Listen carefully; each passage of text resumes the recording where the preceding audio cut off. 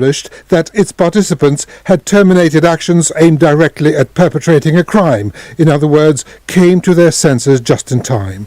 But the question remains, how can you let off the hook an armed force who had set out to march on the capital, killing several airmen in the process? Doesn't this expose your weakness? This is extraordinary from Russia, a country where activists and opposition politicians are serving lengthy sentences by merely criticising the war. The BBC has uncovered new links between the Syrian regime and the illegal drugs trade. An investigation by BBC Arabic and the journalism network OCCRP found phone messages between a powerful Syrian general, Ghassan Bilal, and a Lebanese trafficker. Eminada was one of the journalists behind the investigation. The crucial piece of evidence that we found came through a court case in Lebanon. A businessman there was jailed for trafficking $2 billion worth of Captagon. In the court records, we found links to a man that was called The Boss in WhatsApp chats of this jailed businessman. And through our sources in Syria, we were able to work out that The Boss, as he was saved in this phone, was actually a senior general in the Syrian army, second in command to the Syrian president's younger brother. A court in Germany has handed down a 21-month suspended sentence to a former Audi boss for fraud by negligence in the diesel emissions scandal. Rupert Stadler was also fined $1.2 million. Damien McGuinness is in Berlin. Rupert Stadler delivered a confession about 2 months ago, which was a huge U-turn. For about 2.5 years during this trial, he said he had nothing to do with it, didn't know anything. Then, when it became clear that he might face a prison sentence, he turned around and delivered what some are calling a partial confession, where he said that he should have done more to prevent it. He's not seen as the mastermind behind the whole scandal. He's not seen as someone who necessarily ordered the software. But what judges are saying today is he should have done more to prevent cars being sold afterwards when he knew that this was happening. Electoral Commission in Sierra Leone has said it expects final results from Sunday's presidential election to be published today. With the majority of ballots counted, the incumbent Julius Maada Bio appears to have a strong lead over his main rival Samora Kamara. The opposition candidate called the provisional results daylight robbery, alleging his electoral agents were not allowed to verify the ballots. But the BBC's correspondent in the capital says Mr Bio's success can more likely be attributed to strategic electoral alliances. You're listening to the World News from the BBC. An influential Chinese financial journalist known for his trenchant commentaries on China's economic problems has been banned from the social media platform Weibo. Recent posts on the account of the writer Wu Xiaobo say have been deleted, so it isn't clear exactly what triggered the ban. In one column, Wu Xiaobo likened unemployment in China to a fuse that could ignite a powder keg. The White House has strongly condemned the online harassment of a female US journalist who asked the Indian Prime Minister Narendra Modi about minority rights in India during a press interaction in Washington. A spokesman said the online trolling of Sabrina Sabiki, a reporter for the Wall Street Journal who's of South Asian origin, was unacceptable. A report into cricket in England and Wales has found that racism, sexism and class-based discrimination is widespread and deep-rooted within the game. An inquiry was commissioned 2 years ago by the national cricket governing body, England Wales Cricket Board, or ECB, following allegations of racism at the English county team Yorkshire. Dan Rowan has this report. The authors of today's damning report heard from more than 4,000 people, with 50% saying they'd experienced discrimination in the game, although that figure was much higher among minority groups. It found that women were treated as subordinate and that there was scarce provision of cricket in state schools. It also said what it called a heavy drinking culture excluded many people, and that the ECB had failed to support black cricket. The ECB has issued an unreserved apology for the failings highlighted by the Commission and to the victims of discrimination. Meanwhile, the International Cricket Council has confirmed that India will host the Pakistani cricket team for the first time in 7 years for the World Cup. Announcing the schedule for the 50-over tournament, it said the much-anticipated clash will take place on the 15th of October in Ahmedabad. Live from London, that's the latest BBC World News. This is Starr Radio UK.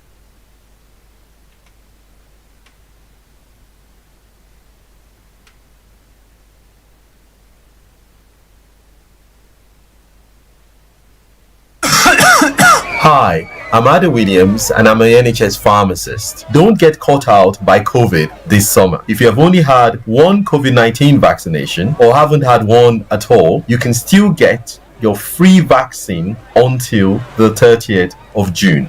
Book your vaccine through the NHS app, online at nhs.uk/COVID vaccination, or call 119 for free.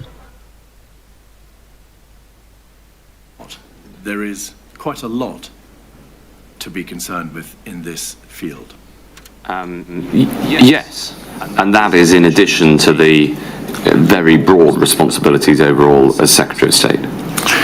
You are responsible, or were responsible, in broad terms for health and social care, and that includes, therefore, health protection, health improvement, the healthcare systems, the social care systems, although that's largely in the hands of the local authorities, and most importantly, perhaps, the NHS. So it's a very wide brief indeed. I wouldn't say most importantly the NHS. I'd say that there are many, many areas of importance, and actually one of the challenges of the job is to try to put your attention to the most important areas, because it is so broad. It is a vital function of the Secretary of State to deal with health emergencies. Absolutely. And going into the job, I had some experience at a more junior level of dealing with crises and emergencies, and so I took my responsibilities as the principal responder to a pandemic very seriously. Does dealing with health emergencies include dealing with infectious diseases?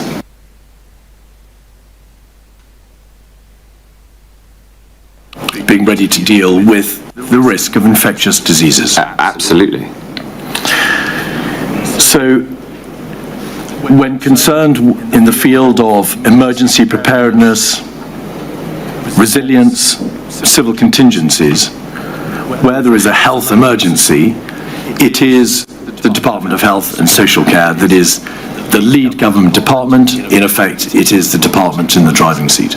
Yes, and as Secretary of State, I felt keenly the responsibility as essentially the lead responder in the first instance to those sorts of health emergencies, and it was a part of my day-to-day work, because these emergencies happen from time to time. Were, when you were Secretary of State, risks prioritised in any way? Was there a grading system to prioritise those most important and serious risks from those that were less so? Yes, of course, that's absolutely vital. And one of the challenges in a system as big as the health system is making sure that decisions are taken at the right level, because if you escalated everything to the Secretary of State, whoever they are, they would be completely overwhelmed.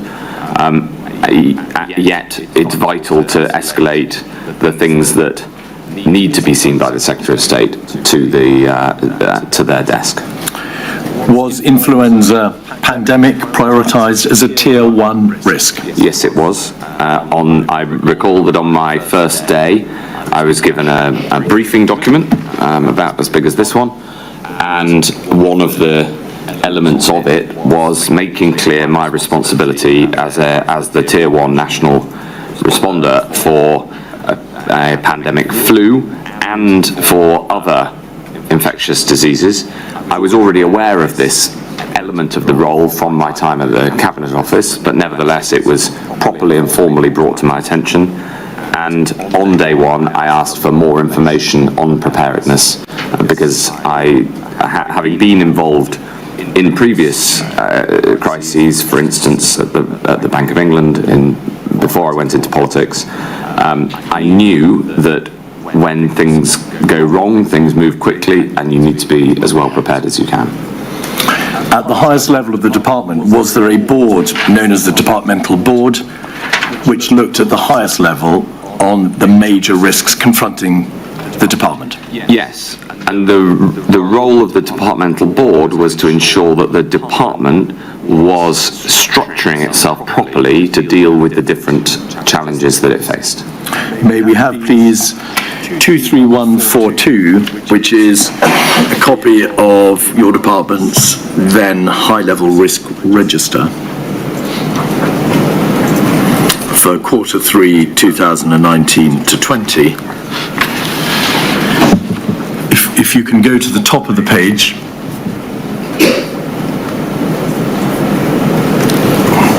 we will see there the years 2019-20, quarter 3, high-level risk register, and if you go to the far left-hand side of the page, there will be a number of row numbers.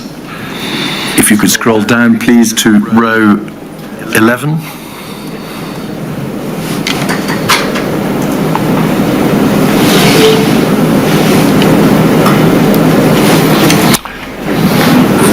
There are two names in the left, in the column second from the left, Mr. Hancock, Emma Reid and Clara Swinson, both of whom have been witnesses before this inquiry. The description, major national infectious disease outbreak and pandemic flu, and the risk identified for self-evident reasons is that the department fails to respond and mobilise adequately to a major national infectious disease hazard, such as pandemic flu or other novel infection. And the approach taken, the response on the part of the department, is in the next column, to manage the risk and likely domestic impact of a major pandemic flu or emerging infectious disease outbreak. So the risk was identified in terms not just of the pandemic being an influenza pandemic, but obviously the risk of an infectious disease outbreak, an emerging infectious disease outbreak. Yes. Does its presence in that chart, in that schedule, Mr. Hancock, indicate the seriousness with which the department took the risk of a major infectious disease outbreak or pandemic flu? Yes, and the red rating demonstrates that the significance of the impact of this, should it strike, could be very serious. And the day-to-day life of a health secretary involves being aware of and from time to time being involved in managing the response to potential infectious disease risks, which happen from time to time. And I set out in my statement that over the autumn of 2019, there was a potential flu outbreak. There was a what's now known as Mpox outbreak, then known as monkeypox. And over this period, we were also dealing with the Ebola epidemic in Western Central Africa, and the particular responsibility of the health department was to ensure that we were prepared should Ebola come to the UK. So this was not a theoretical exercise. It was part of the day-to-day job of being health secretary. It is apparent from the document that in relation to each risk identified on the left of the schedule, a number of what's known as mitigations are put in place in order to manage the risk. In other words, the department sets out in columns K, L, M and N, in respect of each risk, what the department is doing to manage the risk, to mitigate it, to ensure either that the risk does not eventuate, it does not come to pass, or to manage the consequences of whatever it is that the risk amounts to. The consequences can be managed. Do you happen to know why in this risk register there is no mitigation set out? Well, we're going to leave the COVID inquiry there for the time being. If you want to continue to watch Matt Hancock, the former Health Secretary, giving evidence, you can scan the QR code on screen right now, and that will take you to the live stream. Now, executives from what used to be called the Big Four supermarkets are being quizzed by MPs this morning over whether they're doing enough to get to grips with food price inflation. Representatives from Tesco, Sainsbury's, Asda and Morrisons are facing facing MPs on the cross-party Business and Trade Committee amid allegations of profiteering, which are strongly denied by the industry. We're also facing questions will be the Groceries Code adjudicator, Mark White. The hearing comes in the wake of figures last week, which revealed that grocery price inflation last month stood at 18.4%, down from 19.1% on the previous month. We're going to have a listen into that hearing now. The last couple of years, and if you do the maths, I guess, between what we sold and what we made, it's a significant investment in our customer offer, as well as our colleagues, which we're really quite proud of, actually. I'm sorry to cut in, but the public will just look at the numbers I've presented to you, and your group profits have gone up from before the COVID pandemic to now, from 1.6 billion to 2.03 billion. That's a bigger number. I'm sure there are lots of reasons underneath it, but essentially you've got more cash in the bank at the end of the day based on your reported accounts. And so the question is, why, given the COVID pandemic, the energy crisis, the increase in cost for your supply, the increased cost to your customers, how can it be possible that you're making hundreds of millions of pounds in additional profit? I would reiterate the point, Mr. Chairman. I'm looking at the numbers. Our adjusted operating profit for the group in 2019 were 2.6, and in 2023 they're 2.6 again. So there may be, I don't know, maybe some discrepancies in what we're comparing, but I need to move on, but just so you know, for the record, this is the Tesco PLC annual report and financial statements from 2018 to 2019, where a chap called Alan Stewart, who is your chief financial officer, reported a group statutory profit before tax of £1.6 billion. And then when I turn to the same report from 2022, it's a different chap this time, but he reports on the same measure, £2.03 billion. So I'm just reading the numbers from your accounts. I'm referring to our latest issued accounts for 2022-23, so that may be the discrepancy. I'm happy to, I guess, compare them. Thank you. Mr. Comerford, from the perspective at ASDA, are you doing enough to help your customers right now? So in a similar way to what we've just discussed, so if you looked at the ASDA full year 2022, to account sales were flat on a year-on-year basis, but profit at the adjusted EBITDA perspective was down by 25%. So that reflects what we've been trying to do to manage the inflation that we've been seeing. We all know the drivers that we've seen of inflation in the UK market, whether that's from some of the supply chain issues through the pandemic, whether the weak pound, the labour market costs, the war in Ukraine certainly affecting food and energy prices out there. We've done a series of customer-facing initiatives with our launch of Just Essentials, which is our entry price range in all of our stores. We have done a dropped and locked campaign where not only we've dropped the prices of products, we've also held them for a period of time. We've launched a rewards program and a loyalty program, so the more that you shop at Asda, the more you get rewarded for that, as well as investing in some of the key food offers out there. And in our cafes, we offer kids the chance to eat for £1. As a lot of my competitive set have also done, we've also invested in our colleagues as well with a series of pay increases, which has been necessary as we faced into this cost of living crisis. Thank you. And the ASDA accounts are quite difficult to read because you've had a significant change in the way that your business is owned and financed. One of the things I've noticed is that your cost of borrowing has gone from, in 2018-2019, from £66 million to the year 21-22 to nearly £500 million. Why have your debt payments had to go up so significantly, and what does that mean for your customers?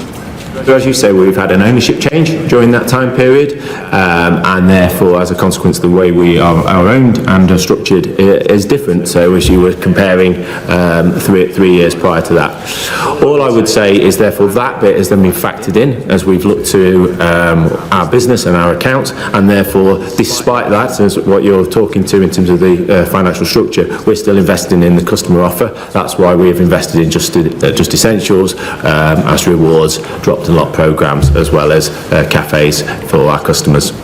Rhiann Bartlett, coming to you next from a Sainsbury's perspective. Again, the same question. I've just looked at the annual accounts. 2018-19, there was profit before tax of £239 million. 21-22, £854 million. There's been a significant increase in profit at Sainsbury's. Are you doing enough to help your customers? So the first thing we would like to say is we're acutely aware of the impact of the cost of living crisis on our customers and also on our colleagues, and how difficult that they're all finding it right now. We've spent £560 million on keeping prices low, battling inflation, and we're doing absolutely everything we can to keep prices as low for customers as possible. Like Tesco and Asda, we have a range of price mechanics and activations that we choose to invest in to help our customers. So we also have an Aldi price match offer. We have about 300 products in that. They're the products our customers buy the most frequently. We've been very choiceful about making sure that that's covering a set of products that are in their baskets week in, week out. We also have Price Lock and we have loyalty pricing. And in addition to that, we have an economy range called Stamford Street, and we've just brought all of our lowest priced products under one brand so that they're really easy to find. In terms of the accounts that you reference, actually our most recent year that we've just published, we made 690 million. So our input costs are not being fully passed through to our shelf prices. We've submitted lots of detail on that to the CMA. We've had very good discussions and dialogue with the CMA, but we are inflating behind our input costs, and we're inflating wherever possible behind the market. Thank you. And David Potts from Morrison's, I suppose the saving grace is your profit's gone down, not up, from 2018-19 compared to 21-22. So I can't quite put the same question to you that you're running away with excess profits, but what are you doing to help your customers with the cost of living crisis? Thank you, Chair, and thank you for the opportunity to be here today. I think it's a privilege for Morrison's, and I'm very pleased to be here in person myself. I think we are acutely aware of the pressure that many millions of ordinary people have come under as a result of this cost of living crisis and food inflation. In particular, I know that since it started we have donated 4 million to food banks to make sure no one is left behind. In that same period, we've helped our customers by collecting the goods they want to donate to food banks and delivering them there ourselves, a further 8 million, and that does come on top of the 12 million that I know members of the Select Committee will be aware. We donated from the company during the pandemic to food banks. I think as far as what have we done this year, well, so far I reported on Thursday our profits were down 10% half year one as we faced into lower prices. By investing early in lower prices, we are as close now as this company has ever been to Aldi and Lidl prices. And my, I think, final remark would be we have introduced a brand called Savers, which, according to Kantar last week, who comment on the industry on various matters, is the fastest growing sort of fighter brand, the budget brand in the UK this year. And I believe that's because we've lowered prices with a tougher policy for us to get through with those prices of Savers. We've made delivery more attractive, and we've increased the item count to 240 for that items, and we've put them where people can see them and buy them. And so I think it's a very fair question, and there's more we can do, but I'm very confident that so far we're getting at every cost we can in order to put it into prices. Thank you. And then just very lastly from me, all of you are very large employers. So that's the Business and Industry Trade Select Committee there discussing food price inflation with representatives of the big four supermarkets. Very interesting to note there that Morrison's has sent along its chief executive, David Potts, whereas Asda, Sainsbury's and Tesco all sent along their chief commercial officers. So Morrison's sending along a more senior official there, and as you just heard, David Potts from Morrison's telling the committee his profits were down before tax, were down by some 10% last year as it seeks to cut prices. We will have more on that throughout the morning here on Sky News.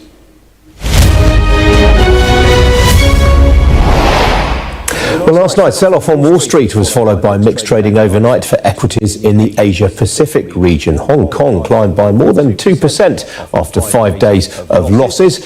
Meanwhile, there are gains for Shanghai, Sydney, Singapore and in Mumbai. Tokyo, the only major market in the region to finish in negative territory. Sentiment's been boosted in the region by a speech by China's Premier Li Qiang at the Summit Davos event in Tianjin, in which he said China's economic growth in the second quarter will be higher than in the first quarter of this year and is expected to reach the annual economic growth target of around 5%.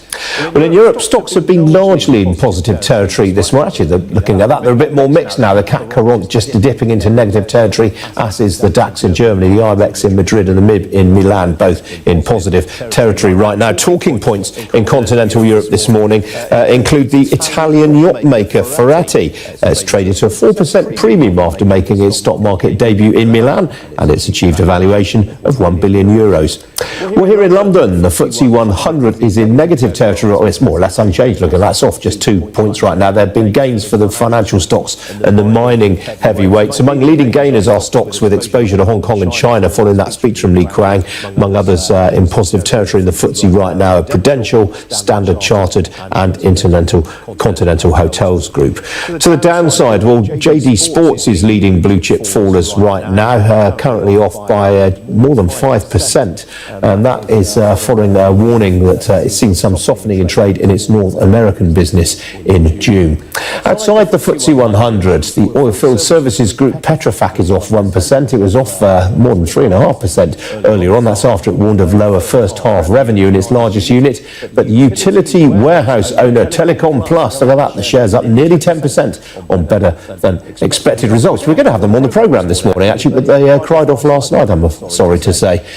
Well, foreign exchange markets. Sterling currently more or less unchanged right now against the US dollar. It's off by around 1/7% or so against the euro. The single currency, meanwhile, up nearly 1/5% right now against the dollar. As for the oil price, well, that's a little firmer this morning. That is amid concern over Russian supply. That continues to trump demand over concerns over demand. But as you can see, it's actually dipped back into negative territory right now. A barrel of Brent crude will currently set you back $73.62 a barrel. That's off 0.75%. Right, joining me now is Roger Lee. He's head of UK equity strategy at Investec. Roger, good to see you this morning. What do you make of what's going on in the oil price in particular right now?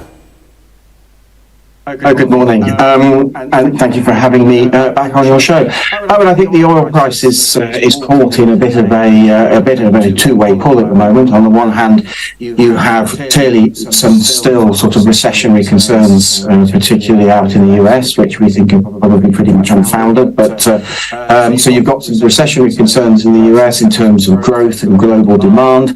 And then, on the other hand, you've clearly got a more forceful OPEC that is perhaps particularly a more forceful Saudi Arabia that seems to be at the moment providing a fairly clear backstop whenever the oil price falls below $70. So a bit of a two-way pull on oil. I think if you start to see some of these recessionary concerns fall in the US, if you start to see growth returning in China, then arguably you'll start to see a bit more support for the oil market going forward. Roger, big call from you there. You've just said you're fairly confident that you think the US will avoid recession. Why do you say that? Is it the strength in the labour market, the fact that the US is still creating so many jobs?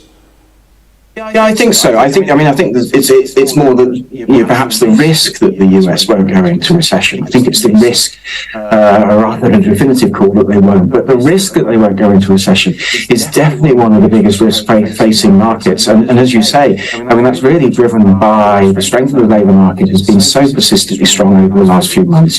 The idea that interest rates are peaking in the US, the market is pretty convinced that there's going to be one more rate rise, and that's it from the Fed. So the idea of a policy-induced recession starts to recede, and still the consumer seems in reasonably good shape in terms of accumulated savings.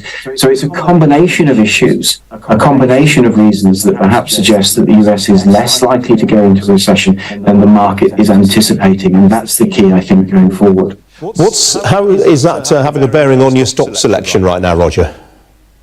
Well, I think it's having a profound effect because certainly you can do a compare and contrast with the UK, and all of the above perhaps are reversing in the UK. I think the risk of a policy-induced recession has clearly gone up from last week. That's what the market's implying. That's what the yield inversion is implying. Unemployment might be in danger of ticking up in the UK, and the consumer is coming under a lot more pressure in the UK because of pricing, as you've just been discussing on your program. So I think quite a lot of the mirror image of the UK is reflected in the US. So to answer your question, so what I think we're looking for is companies in the UK that are very much internationally exposed and perhaps being more cautious on some of the domestic stocks. All right, Roger, we've got to leave it there, I'm afraid. Good to see you this morning. Thank you. Thank you. Still to come here on Ian King Live, how robotics are helping businesses identify supply chain issues. Don't go away.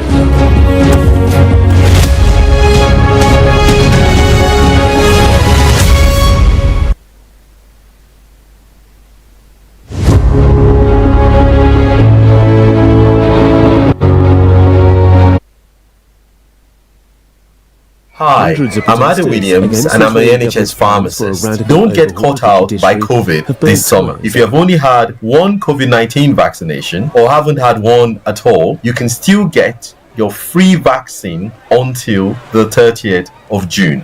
Book your vaccine through the NHS app, online at nhs.uk/COVID vaccination, or call 119 for free.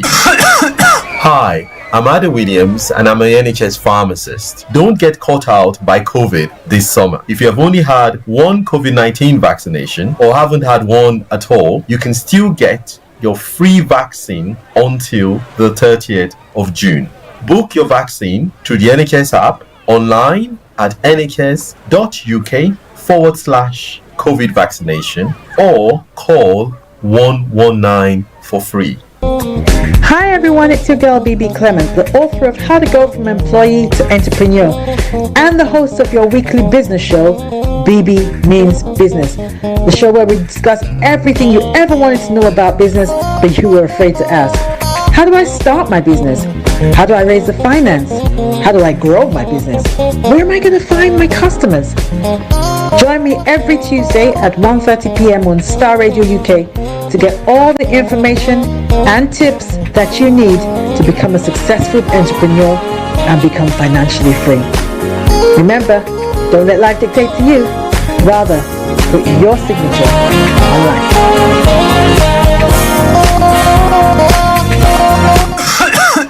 Hi, I'm Adam Williams and I'm an NHS pharmacist. Don't get caught out by COVID this summer. If you have only had one COVID-19 vaccination or haven't had one at all, you can still get your free vaccine until the 30th of June. Book your vaccine through the NHS app, online at nhs.uk/COVID vaccination, or call 119 for free. Hi guys, this is your friend Uruj from SendWave. SendWave is a money transfer app that is used by people all over the world to send money to their loved ones in Africa. With SendWave, you can send money to Ghana, Nigeria, Kenya, Uganda, and Tanzania. And the best part is, SendWave is absolutely commission free. Our exchange rates are excellent. You can see for yourself by checking them out on our website. So how do you use SendWave? SendWave is an app that you can download onto your phone from the App Store or Google Play Store. The app is free to download. After downloading it, just open the app and enter your name, email, and phone number. That's it. You're good to go. Make sure you use the promo code SR. S for Star, R for Radio. This promo code will give you £5 free credit to send to Africa on your first transaction. Your money will be delivered to your recipient within seconds. Feel free to call me on 0749 7377 647 at any time. I'll be happy to tell you all about SendWave and help you in any way I can. Remember to use the promo code SR for £5 free credit. Medasse.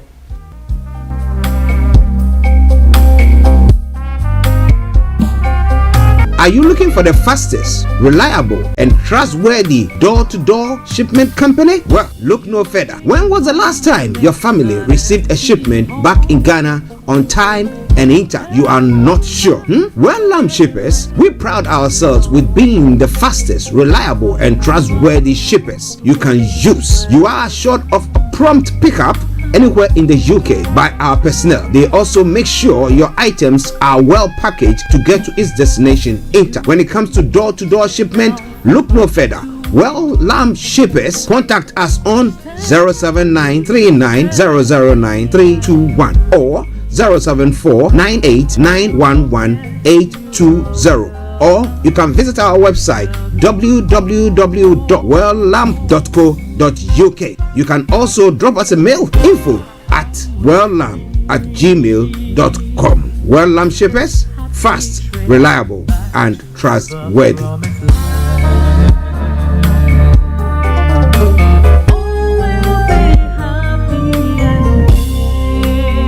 There. Are you dreaming of owning your own house in Ghana? Then you will need a well-documented piece of land that is free from troubles. I highly recommend My Africa Property for any size of land that you will need. With My Africa Property, lands are available in Pram, Sopoli, Tohenia, Ogome, Dodova, Winneba, and many other locations at affordable prices.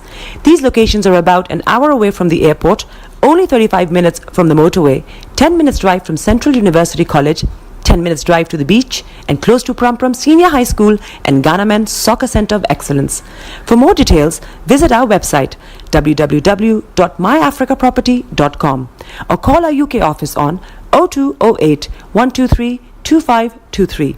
For our US and Canada offices, call us on +1 585 184 994145. You can also email us at ghana@myafricaproperty.com. Hi, I'm Ada Williams and I'm an NHS pharmacist. Don't get caught out by COVID this summer. If you have only had one COVID-19 vaccination or haven't had one at all, you can still get your free vaccine until the 30th of June. Book your vaccine through the NHS app, online at nhs.uk/COVID vaccination, or call 119 for free. Check me out. He tells me my energy is making him tired. Yes! How do you get the energy to do that? I've been told that I have a lot of energy, but my goodness, I think today I have met my match, people. I have met my match, Miss Suzanne. Wow, amazing. One of the things that's the start of digging Darkness. the hole of darkness. So what did that Myself and the world in adjust. And 2019. Forget the proverbial boardroom. Join me, Simone Frazier, on The CEO, the program that gives you the driving seat over your life. Every Tuesday, 8 p.m. only on Starr Radio. Broadcasting worldwide online 24/7. Broadcasting worldwide online 24/7. Hi there, this is CJ Buckman, your life coach. And whenever I'm in London, I listen to Starr Radio UK right here. But guess what? You can listen to wherever you are. It's your man. Show them you got the cocoa set. Ladies and gentlemen, it's your boy Harry Song, aka Mr. Songs. This is the King Makeup about for the girls. We're here. This is Starr Radio. Don't go nowhere. UK, London. We they call them London for who? For here, we they call them London. And that's how you know. Just have fun and stay blessed. Turn it on. Turn it up. The best radio show. Broadcasting worldwide online 24/7. All around the world. In your car. At work. At home. On your smartphone. This is Starr Radio UK. Are you ready to turn it up? 10, 9, 8, 7, 6, 5, 4, 3, 2, 1. Birds flying high, you know how I feel. Sun in the sky, you know how I feel. Breeze drifting on by, you know how I feel. It's a new dawn, it's a new day, it's a new life for me.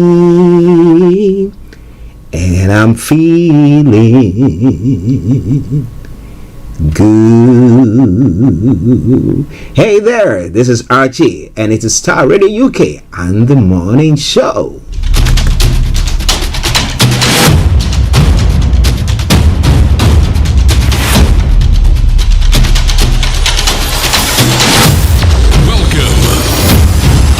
This is Starr Radio. This is UK. Starr Radio UK. This is Starr Radio UK.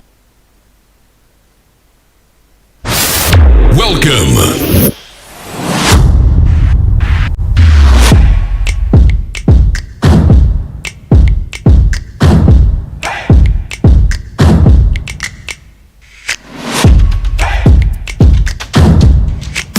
Broadcasting worldwide, online 24/7.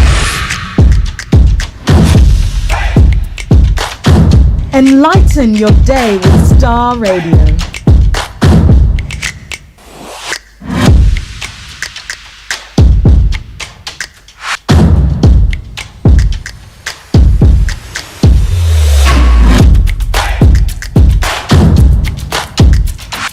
Starr Radio. Radio for the people, by the people.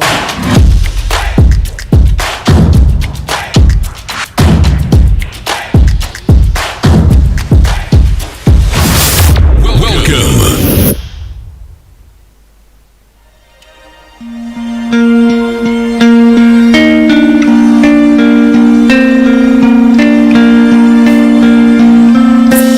Love for you runs deep. All of you makes my heart beat. You make a doubt they fade. Jesus, and that's what makes you great. You hold the world in your hands. The hand that made me. Let me say good morning, good afternoon, good evening, good dawn to you wherever you might be on planet Earth, and those of you on other planets as well. We want to salute each and every one of you and welcome you to the Tuesday edition of the morning show. And that's what makes you great. Today is the 27th day of June, the time, the year 2023, the time now 10:43 from the hearts of London.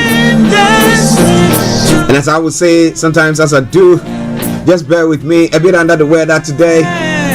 Yeah, I don't know, the fluctuation of the temperature is here.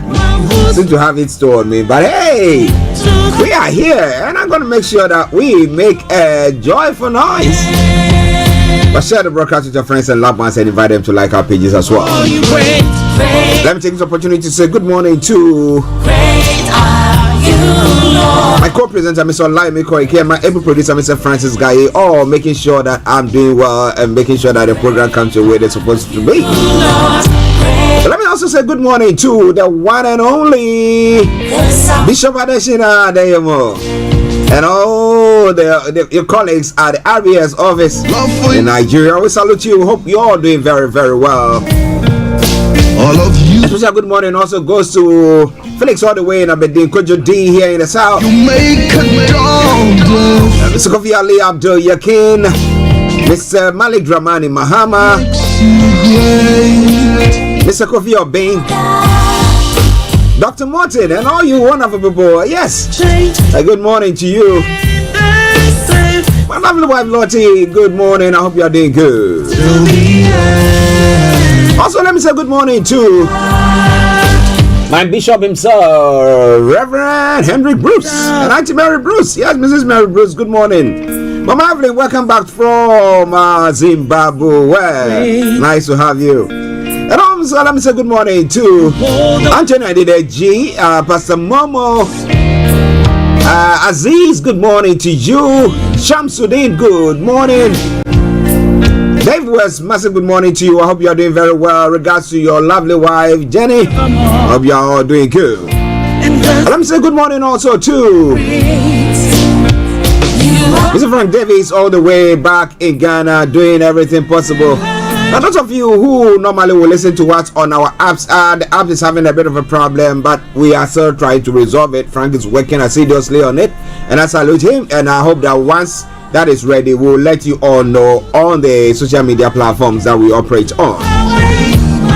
Okay, Starr Radio UK, your favorite African and Caribbean radio station in London, 10:45 the time. Let's crack on. Now, if it is your first time of tuning in to listen to us on the morning show, this is how the program goes on a Tuesday edition of the morning show. I'm going to bring you the quote for the day. The weather forecast will follow suit, then the travel update as well. We'll move on from there to have a look at some of the stories making the rounds across the globe. It's known as global trotting. Then from thence we continue to bring you updates from Nigeria with Mr. Olayomi Koiki, where he's already listed a few stories that is making the rounds from Nigeria this morning. Then we'll continue from thence, and exactly at 12 o'clock the lines are open for you to add your voice to the discussions. We'll be looking at other stories making the rounds in other parts of the world. In Ghana, there's a by-election that is going on today at Assin North, and that seemed to be one hell of an election, let me put it that way.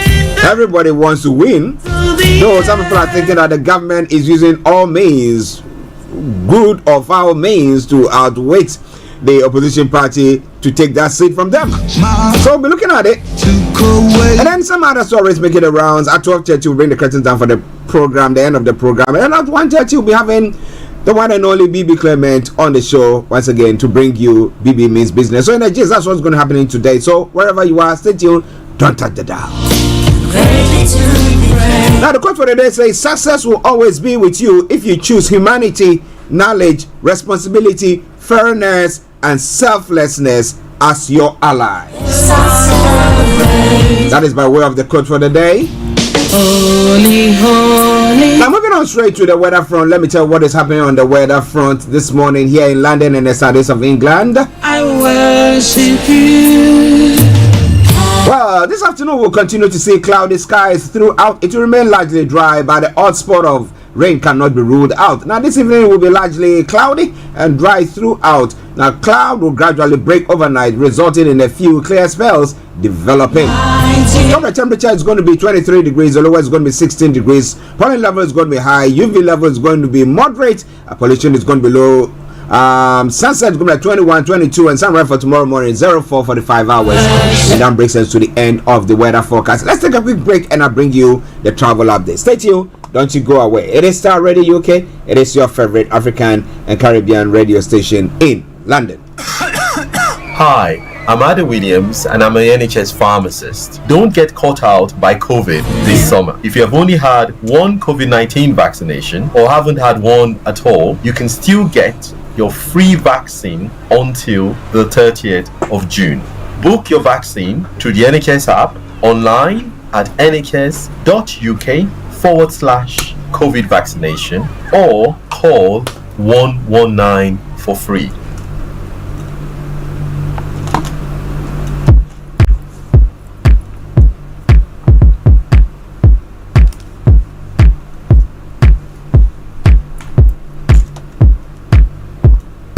This is Starr Radio UK. Okay, so keep your eyes on the roads. Keep your eyes on the roads. Also keep it navigated. I promise our bond. The travel update that comes your way every weekday from 10:40. It's now 10:49. Yes, Dave West. Yes, Dave West is the maestro who brings you the reggae show on Starr Radio UK every Monday from 10 p.m.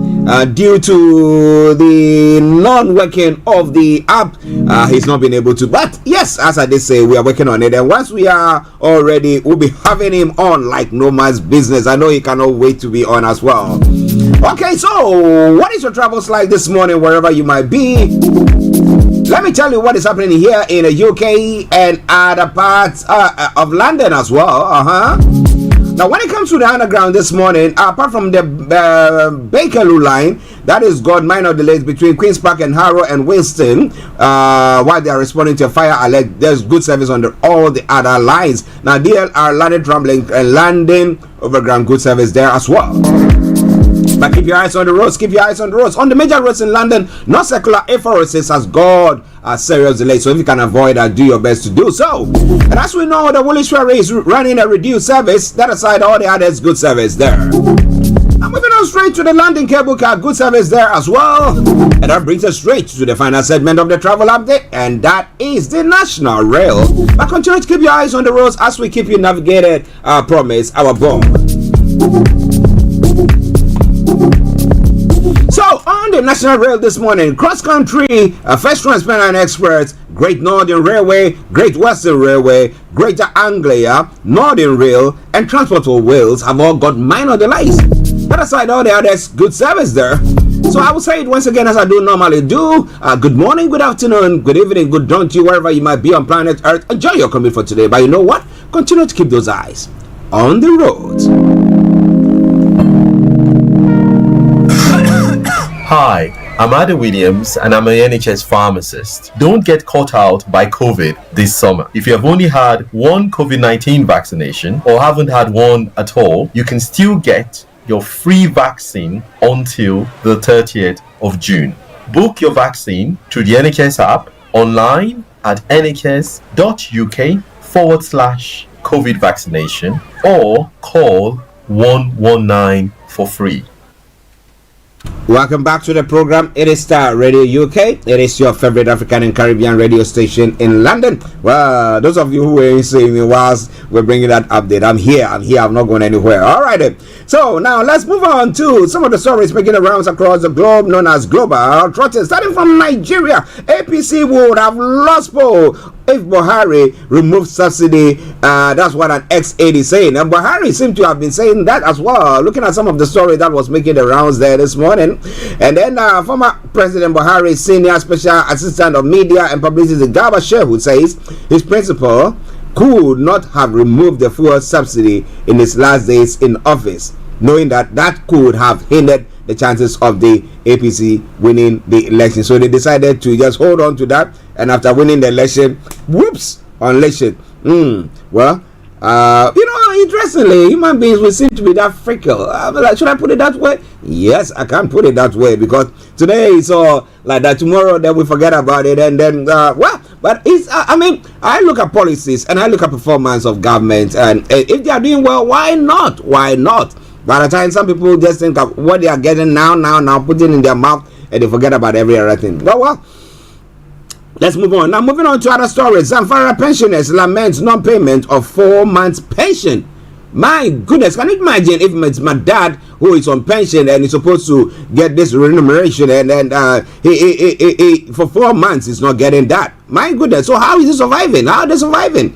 It's a state actually paying it themselves. The governor and his whatever his people are they House of Representative there? Are they paying themselves? Okay. Now, $76 million cash haul. Aisha Odariko was permanent secretary. Kiara Dikwa's account office. She under probe NDIS is saying. We'll bring you more about that. And World Drug Day, over 14 million Nigerians abusing drugs, says the NDLEA. How? Why? We'll be talking about all that. I believe as of now in 2023, if we take another statistic, it will be higher than it was in 2021. Nigeria as a nation cannot allow things to continue this way. We'll tell you more about that. NDLEA, Tinubu supports war against drug trafficking abuse in Nigeria. But the question is, the police boss who was it arrested? Yes, was supposed to be extradited to the US. What has happened to him? We'll be talking more about that as well. If we frown on such actions, then we have to take actions that people will see that actually we frown at that. But we've not seen it. Is it that the government was trying to protect him? What exactly is happening there? It is All Starr Radio UK, your favorite African and Caribbean.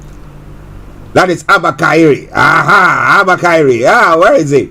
Okay. We'll be talking more about that in a moment. All right then. Now, let's moving on straight to other stories making the rounds. Now, pilgrims visit Mount Arafat on crucial day of Hajj. Hundreds of thousands of pilgrims move from the Saudi Arabian valley of Mina to Mount Arafat at dawn on Tuesday for a crucial day. There are some stories making the rounds there. Now, Sierra Leone president will well ahead in vote count. Well, already the opposition is crying foul. We had the police going there to shoot at them on all stuff that was going on there. But it's all coming your way from Starr Radio UK. It is your favorite African and Caribbean radio station in London. All right then. One other story, and then we'll move on from there as well.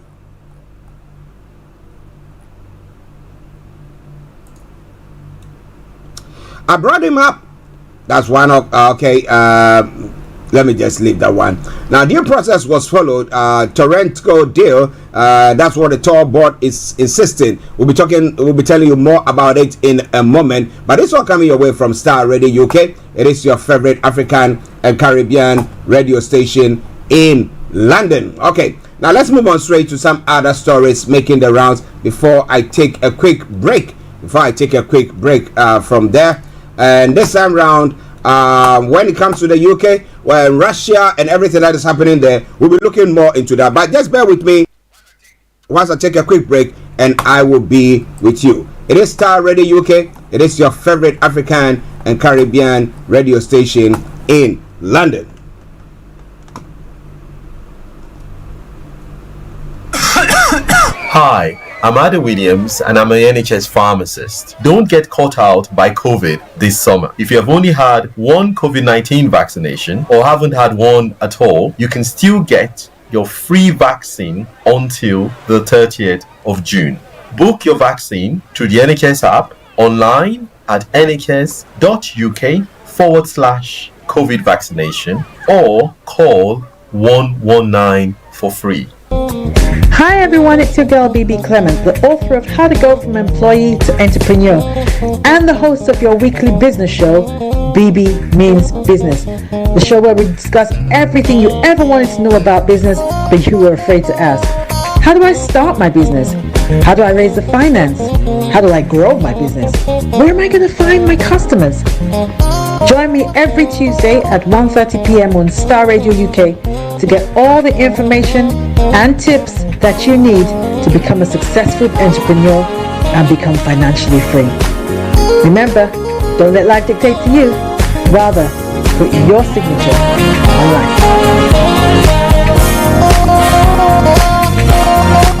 Welcome back to the program. It is Starr Radio UK. It is your favorite African and Caribbean radio station in London, bringing the time now to exactly 2 minutes to the top of the hour, and it is the Tuesday edition of the morning show. My apologies for getting up or leaving the studio unceremoniously like that. There were some people at the door that I needed to see to, and that's why I needed to go, though my my cursor wasn't working to allow me to actually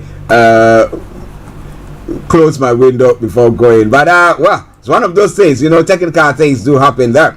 All right then. Now, when it comes to some of the stories that is making the rounds in other parts of the world, we're looking at now Wagner to hand over heavy weapons. Russia is saying now Putin confirms Wagner fighters can choose to join the Russian military, return to their families, or go to Belarus.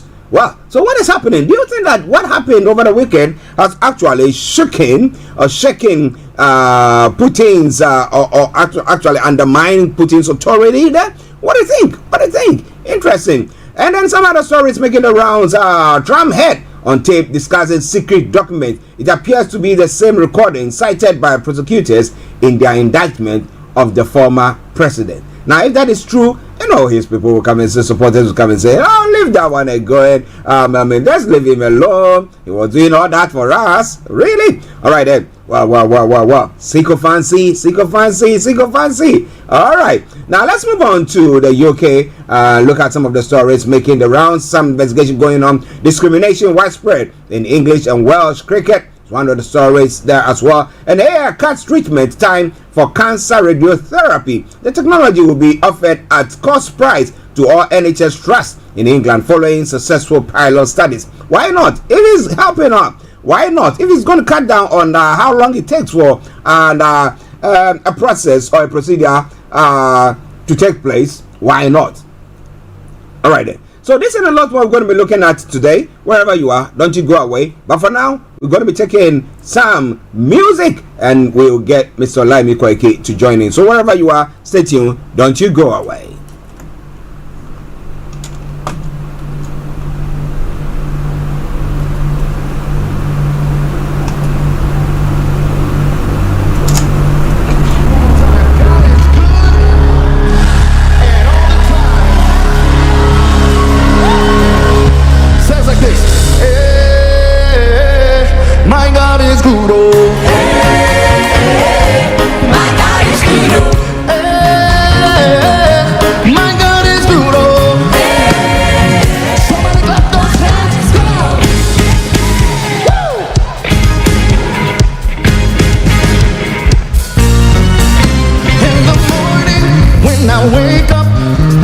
I will sing my praise unto you, my Lord. And I will shout and dance to you, for you have been my help from now till ever. Hey, my God is good. My God is good. My God is good. In the morning when I wake up, and I will sing my praise unto you, my Lord. And I will shout and dance to you, for you have been my help another level. Hey, my God is good. This is Starr Radio UK. My God is good. Sing it again. My God is good. Hey, my God is good. My God is good. Hey, my God is good. Come on, you know this. Everything now double, double, oh. Anointing double, double, oh. All power double, double, oh. All wisdom double, double, oh. Everything now double, double, oh. Anointing double, double, oh. All power double, double, oh. All wisdom double, double, oh. Hey, my God is good, oh. My God is good, oh. My God is good, oh. Pick it up, pick it up, pick it up. My God is good, oh. Louie, Louie, Louie. Louie, yes, I do it. Louie, Louie, Louie. Louie, yes, I do it. Louie, Louie, Louie. Louie, yes, I do it. Louie, Louie, Louie. Louie, yes, I do it.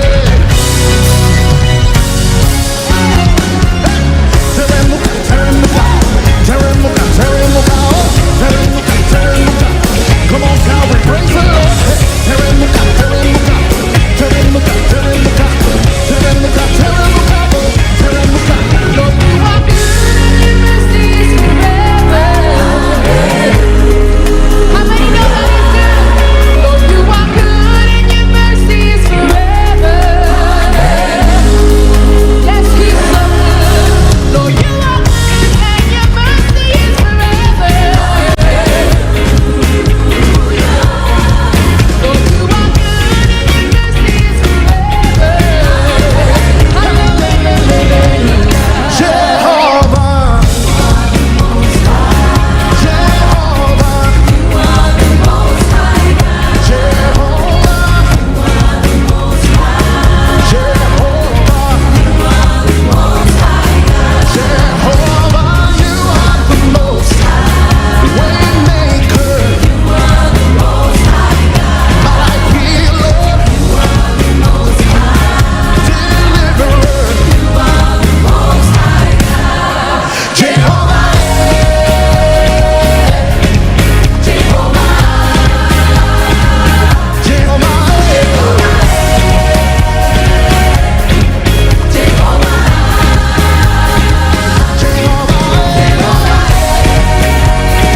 somebody lift your hands up in the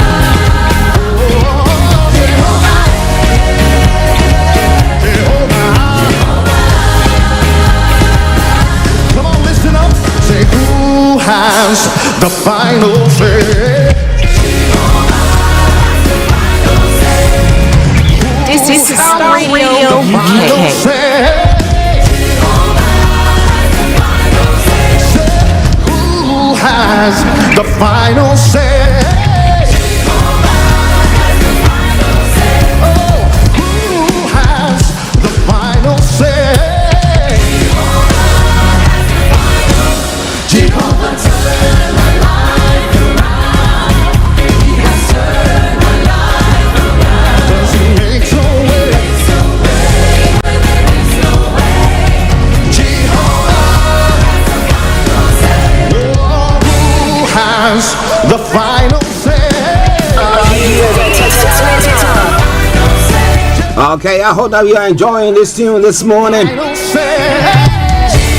I told you earlier on, a bit under the weather, but you know, when I listen to some lovely tunes like that, it whips up my spirit and I feel good.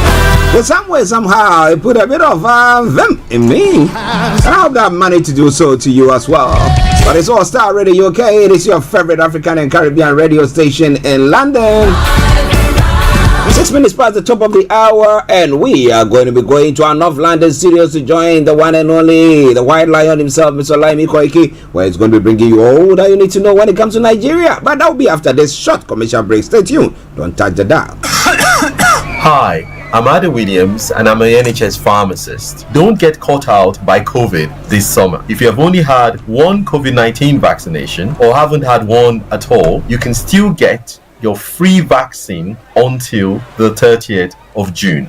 Book your vaccine through the NHS app, online at nhs.uk/COVID vaccination, or call 119 for free. Okay, welcome back to the program Starr Radio UK, your favorite African and Caribbean radio station. And let me take this opportunity to once again say good morning to the White Lion himself, Mr. Olayomi Koiki. Good morning to you. A very good morning to you back in the studio, Mr. Archie. Good morning to all our listeners and viewers from around the globe. And welcome once again to the Tuesday edition. It is just under a few more days before the end of June. It is literally the 27th of June, 2023, at just about 7 minutes past exactly 11 o'clock. Yes. How are you doing and how is the family? Well, as you were talking about the weather, you know, I love the weather so far because it makes you feel like you are just where exactly Frank is. The only difference is that the aroma of food that Frank smells every day, whether they are hygiene, whether they are in the restaurant, but as so many people love the street food, which is also being sold here in UK, but it is a very beautiful weather so far, and we are grateful to be alive as we continue to look at some of the news coming out of Nigeria. And there's quite a lot again this morning, and we'll be looking at each and every single one of them, especially for all our listeners around the world, even up to Australia and New Zealand and Japan, that are currently under some few other day because they are just ahead of us, and they are now coming up to Wednesday when we look at the time zone in those particular part of the continent. Well, listeners, Mr. Olayomi Koiki, for you, I will be going on to look at some of the stories. But I was saying when I came on last night, I wasn't feeling that good. It felt like I was having, because of the fluctuation of the temperature, because it's hot outside, you sit in the car, you turn the AC on, you get back inside, and it's a bit hot, and all that fluctuation doesn't pan out well for some of us. However, I had some medicines that I was able to take. I could take some Lemsip, I could take things like that, where we know that before you go to the shops to get all these things, they have been tested, and you cannot sell those things on the market. If not, the authorities will come after you. But celebrating World Drugs Day, we are looking up, they say about 14 million Nigerians are abusing drugs. And I'm not talking about hard drugs there. I'm just talking about the normal clinical drugs that we normally take. So what can you say about that when it comes to this 14 million? Because that's quite a big chunk of Nigerians who are going through that. Yomi. Drug abuse is one of the biggest problems, that every country is trying to deal with. And just like you did mention, we also have 14 million of Nigerians that are abusing drugs. Not literally the hard drugs. We are talking about even as the basic drugs that can be abused. And most Nigerians abusing these drugs does not literally mean one particular ethnic groups or the other. But on Monday, Bamidele Amos, the NDLA commander in Zamfara, expressed concern over increased drug abuse among youths, revealing that more than 14 million Nigerians engage in substances abuse regularly. Mr. Amos stated this at an event that was put together by the NDLA Zamfara Command to mark the 2023 World Drug Day in Gwasu. Let's take you through the breakdown. The NDLA commander, as the stakeholders, we must join hands to work against this evil act As of 2021, the United Nations Office on Drugs and Crime reported that Nigeria has an estimate of about 14.3 million people, again between the age of 15 and 64, that are abusing drugs. He added, I believe as of now in 2023, if we take another statistics, it will be higher. So that is quite worried as well than it was in 2021. But what kind of drugs are we talking here? Do you know that codeine, is being mixed with Coke? I'm talking about Coca-Cola. Is being mixed with any other, soft drink, and a lot of Nigerians are building these, and that literally makes them high. Should we also say that the non-availability of jobs is also creating this problem? Even countries like UK that have as much of opportunity, people still abuse the drug. But according to what he said, Mr. Issa noted that taking drugs without a doctor prescription can also harm one's health. Now, interestingly, they will say that taking drugs without a doctor's prescription harms health. Yes, it's easier said than done, because if somebody hasn't got the means to go to the hospital, to go and pay a doctor, for him to see the doctor, for the doctor to prescribe or diagnose him or her and then prescribe whatever thing is happening to them, the all they have to do is that if the little money that they have, if they can go buy Panadol or go and buy whatever, they have to now treat themselves. So if the government is coming out, or these experts are coming out to say, 40 million Nigerians are all abusing drugs, what have they put in place to help solve that particular situation? We have all the authorities and the rich people, and they will just fly out of the country to come and get treatment. Now, what about the common Nigerian? Well, the common Nigerians, like I was saying earlier, even up to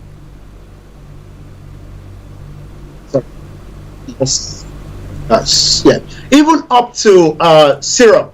Syrup, as we know, is used for cough. So Nigerians have started using it as a kind of a different form of drug because of the sweetness, and it could also make you go a little bit high. You're quite right. Buying even a certain amount of paracetamol or ibuprofen on the counter in UK will be restricted to certain amount. So you're not likely, to buy the numbers, that you need, because it could be used as harmful. It could become harmful to you as well.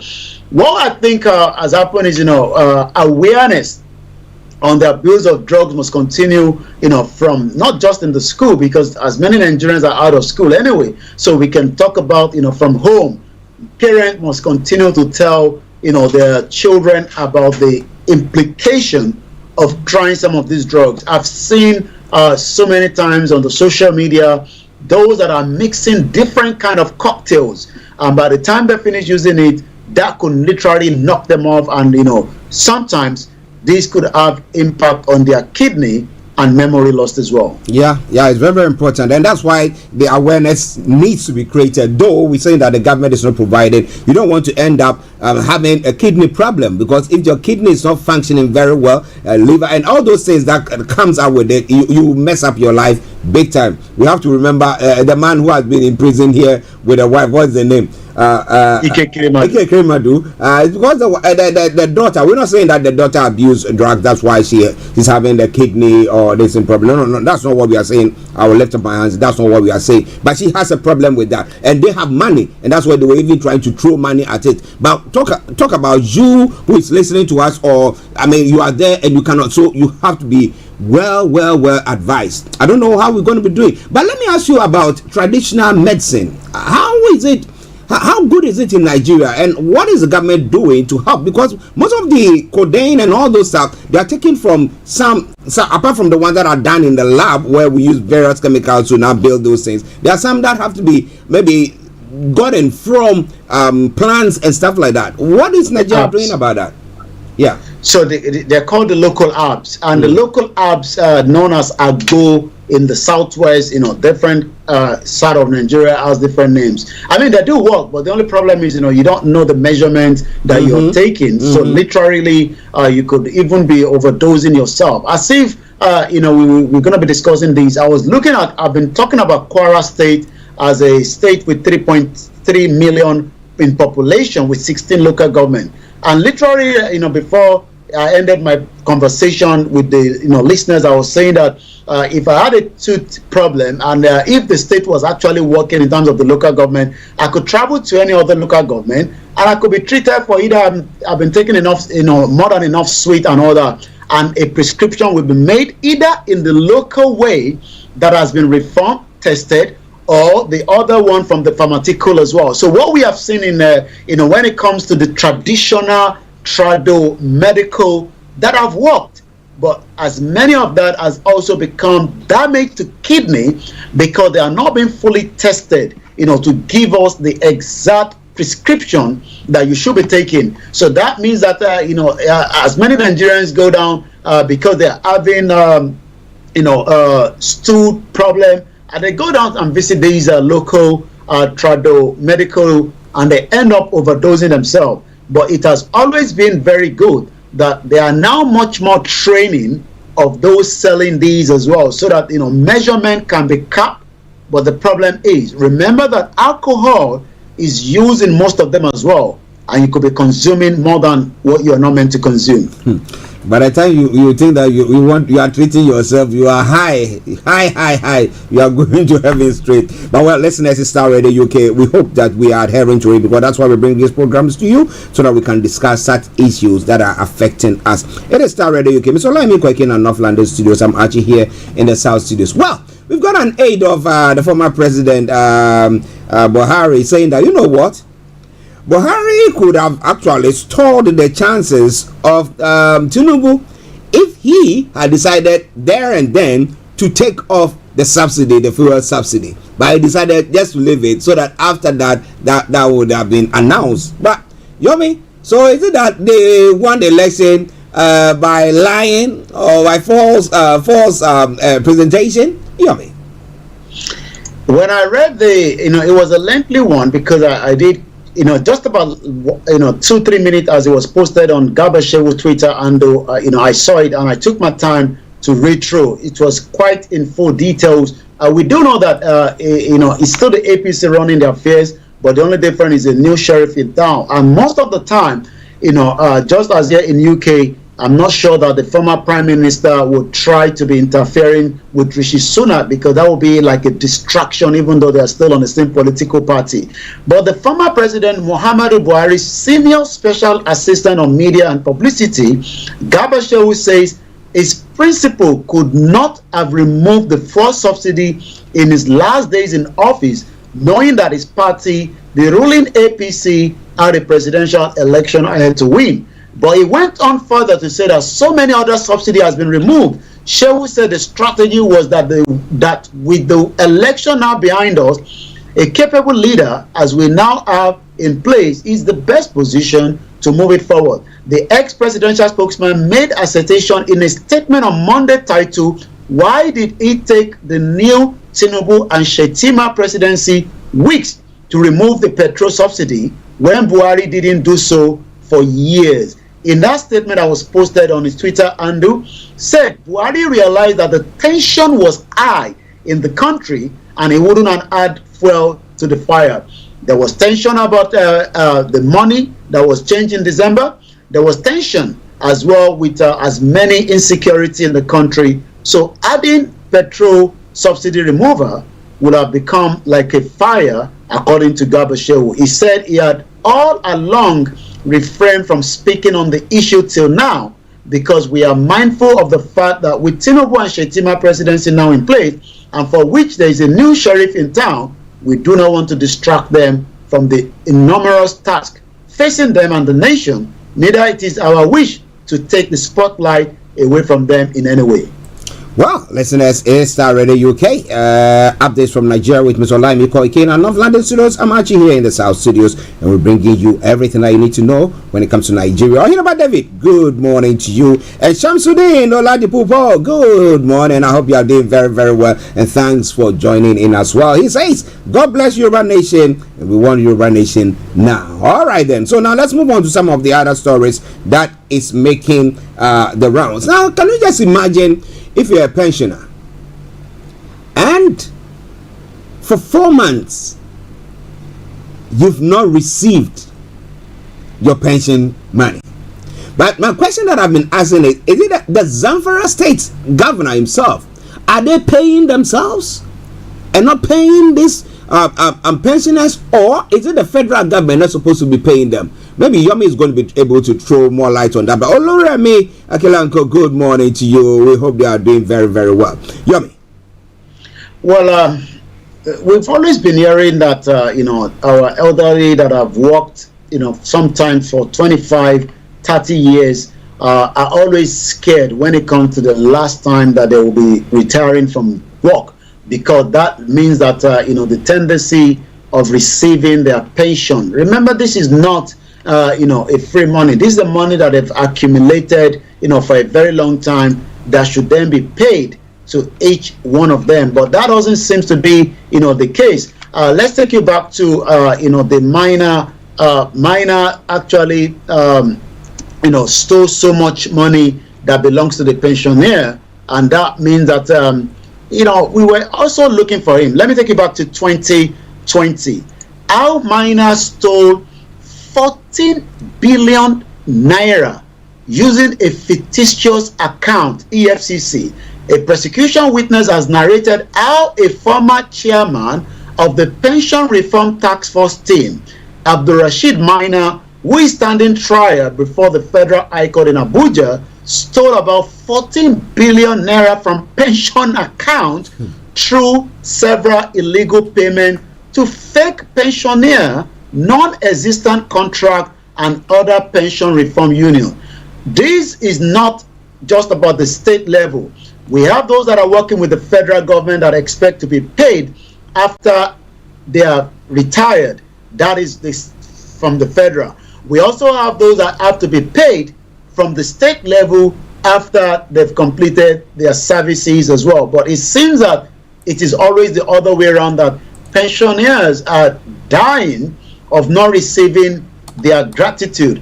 I remember my grandmother, I picked some of our own, at some point, because she was now becoming a little bit tired. And that means that, we don't have the, the system in UK where money gets straight paid into your own account. It has to be from cash, but that individual must have been taken there by the, the real person. And at some point in interval, she still have to end up coming so that we, they are aware that she's still alive. Because so many people have been taking money that somebody that have died, and they still end up collecting the money.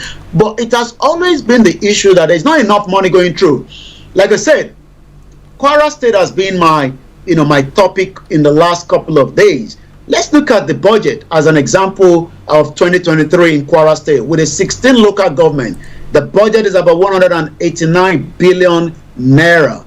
That also means that part of that money, pension has to be paid, services has to be done with 16 local government. I went further to look at in 2021 when federal allocation came into the state.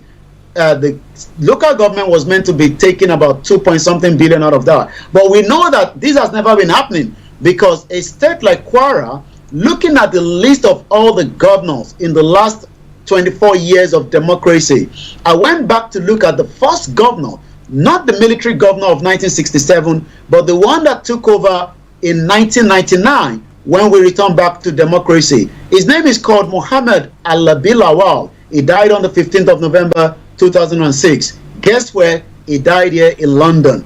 The question is not about where he died. The question is whether he was able to perform his duty as a governor while he was there and then hand over to the next governor. But what we do know is that in 2006, the same NSA director, Nurul Badu, investigated the first governor in the democratic way in 1999 of what are called alleged diversion of funds. The question then is, how do you pay the pensioner when money has been diverted? Star Radio UK, I'll come back again to you in the studio. Well, listeners, quite intriguing. I don't know how the authorities are there and they oversee certain things. Someone who said that they are not doing so, but people are outsmarting them. That means that the system is not working. If the system is not working, then something needs to be fixed. But the question I've been asking once again is that, okay, what about the one that the state has to pay to these individuals? Why is the state not paying that? And the one that the federal has to pay, why is it not getting to them as well? But if you know more about it, maybe you know somebody who is not received their pensions for the last 4 months, and I don't know how. So that is why people think that, for me to actually secure my future when I know I'm going to go into pension, maybe some way, somehow, I need to rob, I need to do stuff. Maybe I need to, go through some corrupt means to stock some money there so that when I'm old, that will take care of me. Because we don't put systems in place for people to be saying that, look, I know that when I'm old, whatever work that I did will take good care of me. You know what I mean? It is sad, isn't it? Extremely sad. And, when you look at those, grandmothers and grandfathers that have worked hard, and for them not to receive their gratitude is one of the painful parts that so many people have experienced, and some have even died. And while some are still alive, but somebody else is collecting their pension. Interesting. Listen to Starr Radio UK. Semi you Adeyemi, good morning to you. Have a blessed day as well. We hope you are doing very, very well. Okay, now let's move on to one other story. Now we're talking about a president who, I think back in the day, somewhere I lived in that he has been involved in some drug trafficking and all that stuff. There's not been any substantive case against him, so we cannot say it. Nobody can hold him accountable for that. But he's saying that he supports the war against drug trafficking abuse in Nigeria. And I'm asking myself the question this morning. So, what is happening to Abba Kyari? Is he going to be shipped down to the US to face the full rigors of the law, or what? Yomi? Let's come first to Abba Kyari. Abba Kyari, as we know, is still being held in the custody, even though he's been trying his best, to get from there through a bail condition. Abba Alhaji Kyari is a Nigerian police officer who is deputy commissioner of police then until suspension and relief from all his duty, because allegation came from another criminal known as Hush Puppy that is currently serving jail sentence in America for fraud, and that literally means that America wanted this man to be brought into US for further questioning.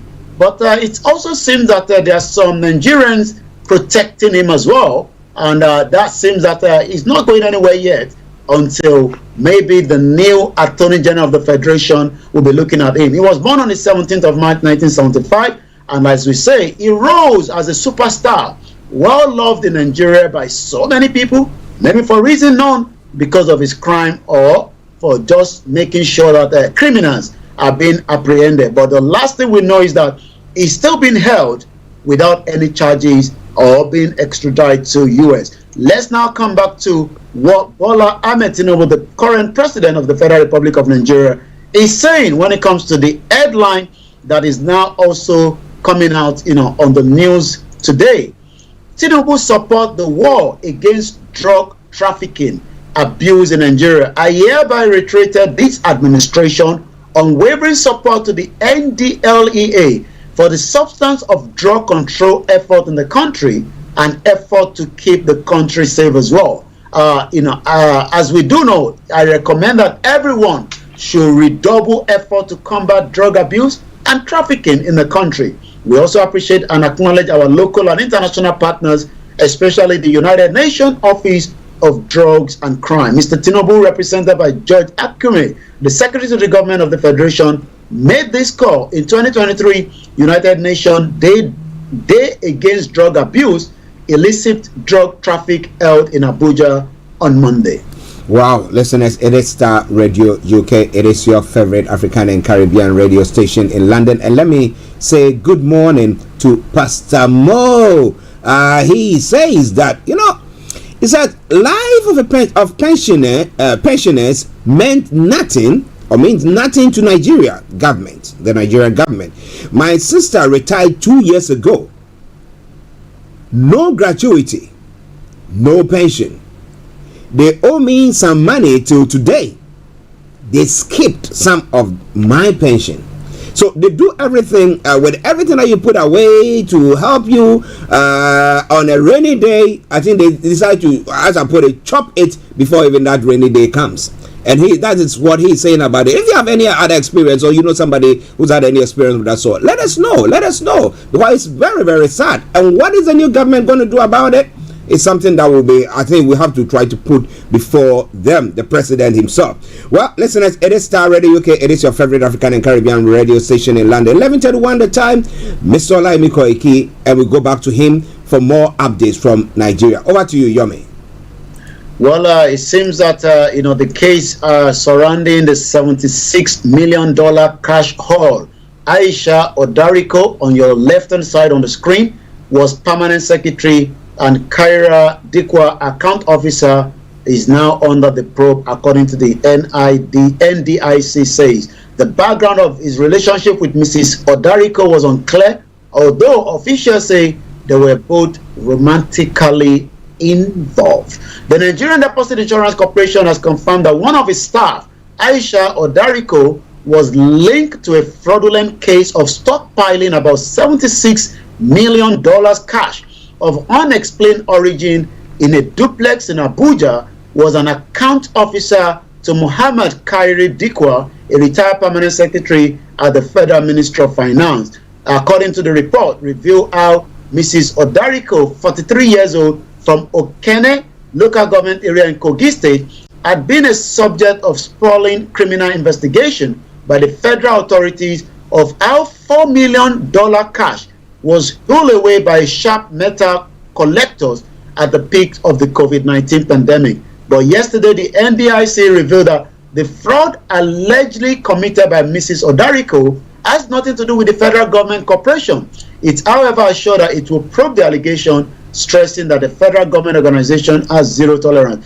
And I mean, the question is, how did this money move in the first place that nobody, no whistleblower was able to, we're talking about the cash here now.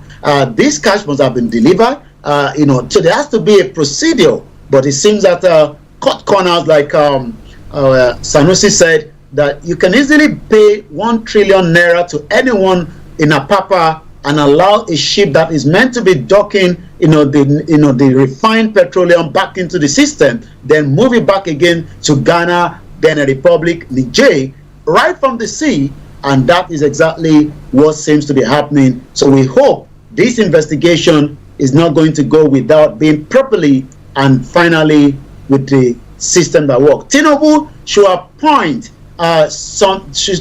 appoint Northerner, not Southerner, not the Northerner, as the EFCC chairman, Orowa. It is essentially to rectify the existing regional imbalance with the EFCC, Economic Financial Crime, by appointing a candidate from the South as the chairman. We know that, there is a lot of individuals that have gone through before, but the Human Rights Writers Association of Nigeria is now saying that the President Bola Ahmed Tinubu must do everything, to make sure that the next EFCC chairman is definitely coming from the South as a Southerner. Northerners have taken turns to occupy the position since its inception.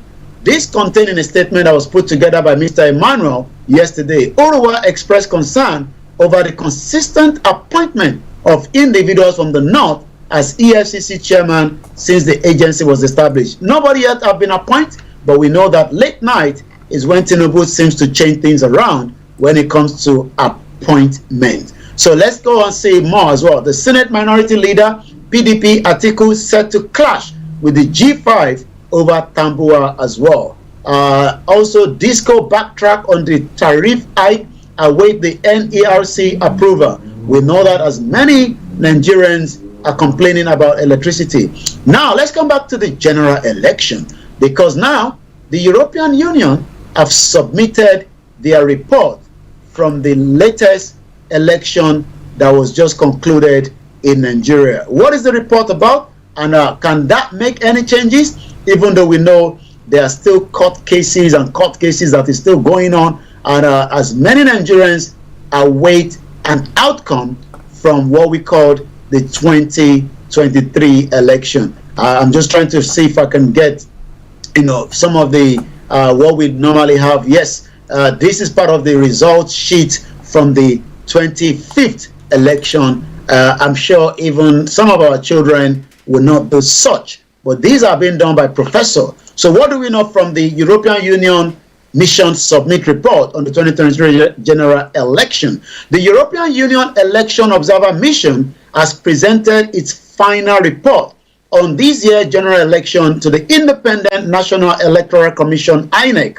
on yesterday, according to the INEC chairman, Mahmoud Yakubu, that told us here in Chatham House that the election was going to be transmitted, but it seems that for whatever reason, such did not happen. We still have the election tribunal that is going on, but the Twitter read, the European Union Election Observation today presented its final report. The INEC chairman and the National Commission were asked to receive the visitor. So we don't know the details yet. We hope the EU will give us a better insight of what actually took place. Let's see if we take one more and then we move straight to the social media to see what is trending when it comes to Nigeria. Senator nabbed for 5.7 million euro internet fraud. The suspect, bearing many aliases, Fad Makwa, Senator Tompolo, Tom Makwa, Dr. Brown, defrauded a Spaniard of 5.7 million euro, said, according to the EFCC, the Economic and Financial Crimes Commission has arrested.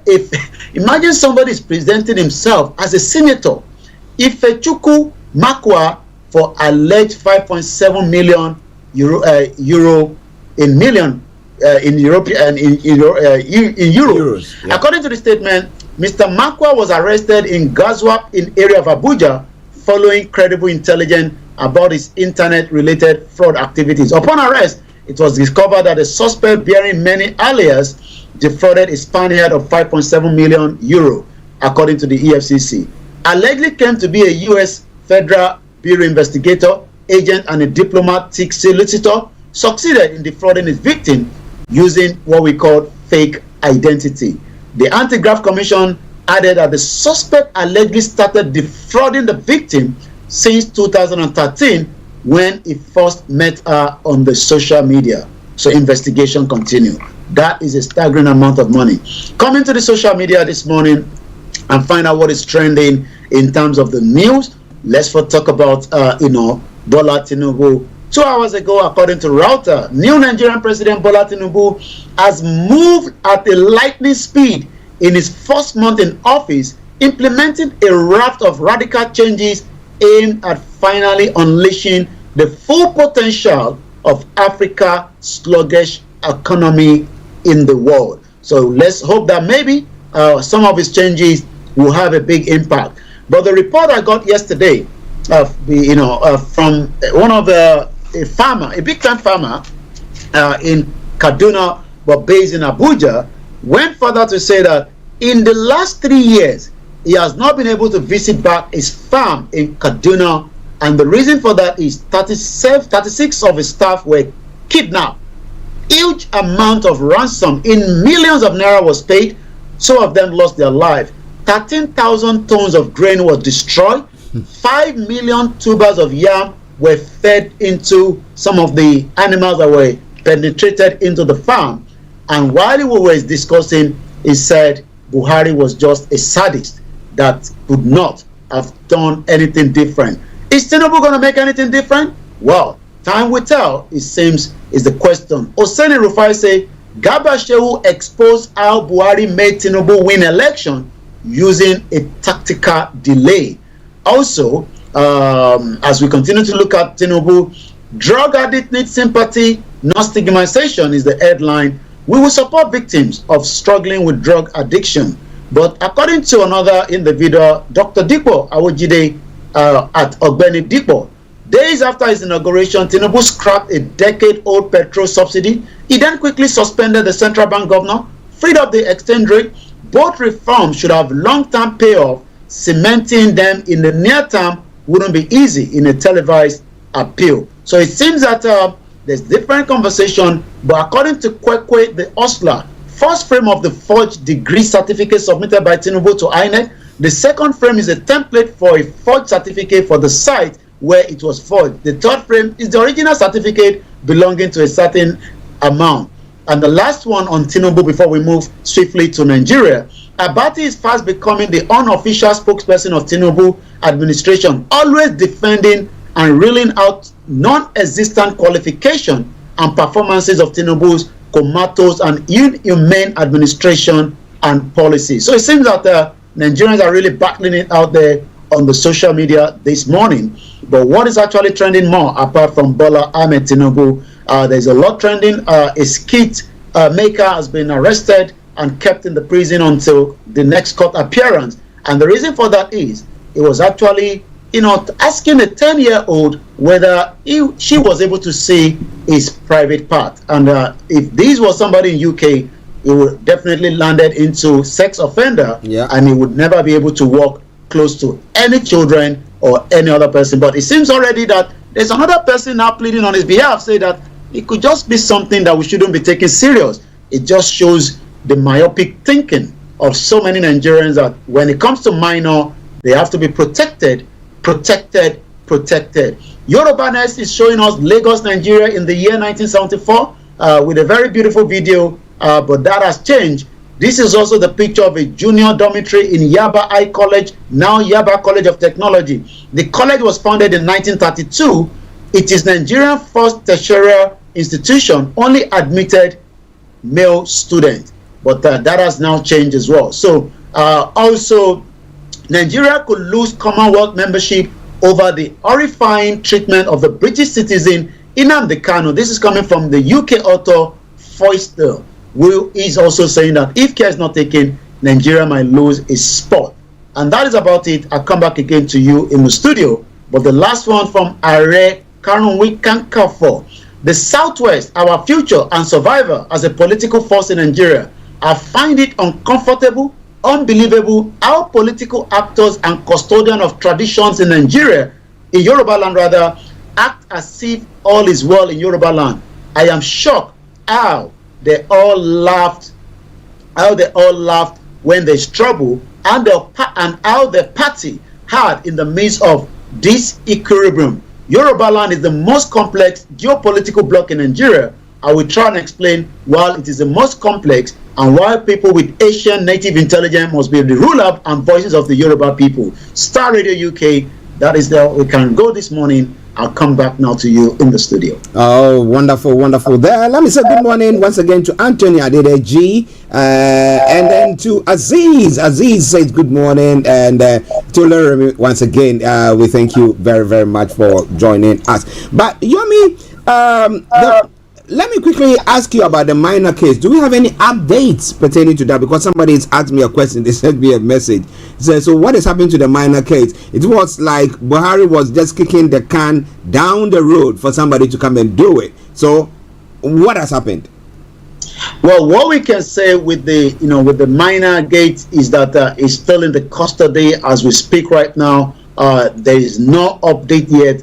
How far the case can last in another maybe 10 years if care is not taken. We know that what most of them do is they find time to tell the court to adjourn, and by the time the case gets to about 10 years, then some people can also be left not even remembering. I mean, the reason why you will remember that is because we're linking it to the pension. But 1 month ago, which is the last update from minor case, no reparative for pension thief minor as appeal court uphold 8 years jail term.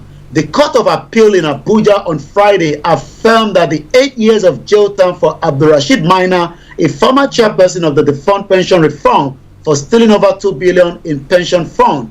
The judge, Okan Agwen, had in November 2021 jailed Minor, so it seems that he has been jailed after convicting him and his company, but he's still trying to uphold that conviction, which is still reason why the court case is still going on.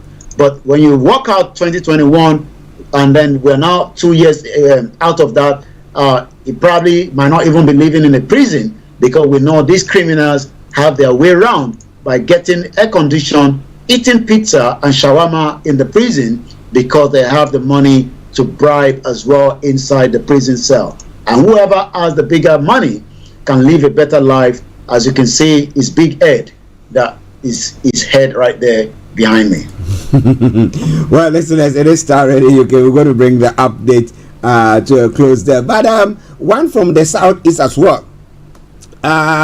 Innocent Okeke is saying that Nnamdi Kanu's release is a panacea to national healing. Do you think that's how Nigerians are all seeing it? So, as we've talked about the fact that we have Professor writing to the current president, and we've not had any response from there, and we have others thinking, look, all these ones who are shouting and making noise for their people, representing them, thinking that our people are being marginalized, something needs to be done. Do you think releasing Nnamdi Kanu will be a panacea to what is happening in the southeast and Nigeria as a whole?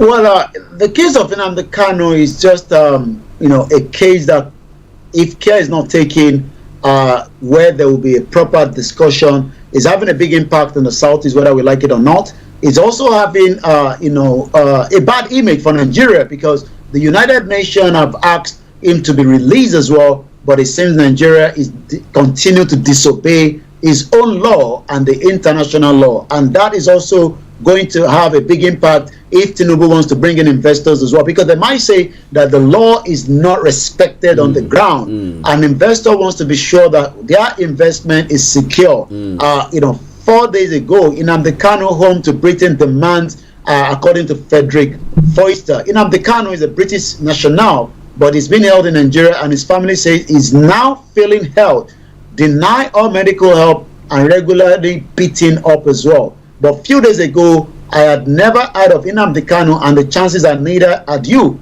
So briefly, he's 55 and was born and raised in Nigeria, especially eastern Nigeria, which was then involved in a civil war with the federal government. The issue then was desire of his Igbo people, the majority in the eastern Nigeria, to separate as a new Republic of Biafra. It was a defeated and reabsorbed, but in adulthood, this has become his life cause, the recreation and the vanish of Biafra. And that is the reason why he's been punished, because the Nigerian government believe, I'm talking about the former president, because Bola Tinubu has not said anything much, because we don't have a new AGF as we speak right now, and that will be the one that would have to answer much question, apart from that the court is saying Nnamdi Kanu has been acquitted out of all the cases against him, but the AGF then minor have refused to let him go.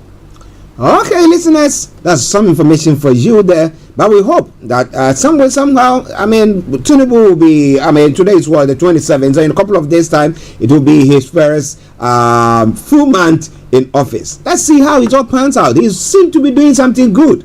Or, what do you think there? Okay, so let's see what is happening. And then once maybe we go into the second month, maybe we will see he come out with a different policies that will resolve everything that is going on. What do you think?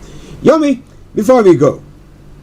Well, about 95,000 Nigerians among the 2.5 million pilgrimage on the Arafah. We wish them all the best, and we hope that as they are doing the Arafah, they'll be able to bring back as much of what they've learned in that when they come back to the country. But for now, I'll leave you with Archie for the rest of the program. But I'll be back again tomorrow. It is your finest African and Caribbean radio station in London, the Starr Radio UK. All right, Yummy, have a lovely day. We'll catch up later. All right, then, listeners, that has been Mr. Olayomi Koiki for you. We take a commercial break. We come back and I bring you a sound lovely tune that I've selected from Stephen Marley, and it says the Babylon system. I hope that this Babylon system will work for us this time around, some way, somehow.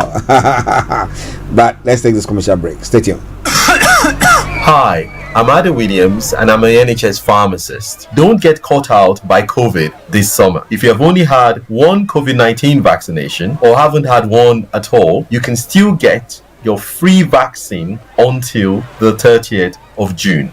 Book your vaccine through the NHS app, online at nhs.uk/COVID vaccination, or call 119 for free. Hi everyone, it's your girl BB Clement, the author of How to Go From Employee to Entrepreneur and the host of your weekly business show, BB Means Business, the show where we discuss everything you ever wanted to know about business but you were afraid to ask. How do I start my business? How do I raise the finance? How do I grow my business? Where am I going to find my customers? Join me every Tuesday at 1:30 p.m. on Starr Radio UK to get all the information and tips that you need to become a successful entrepreneur and become financially free. Remember, don't let life dictate to you. Rather, put your signature on life.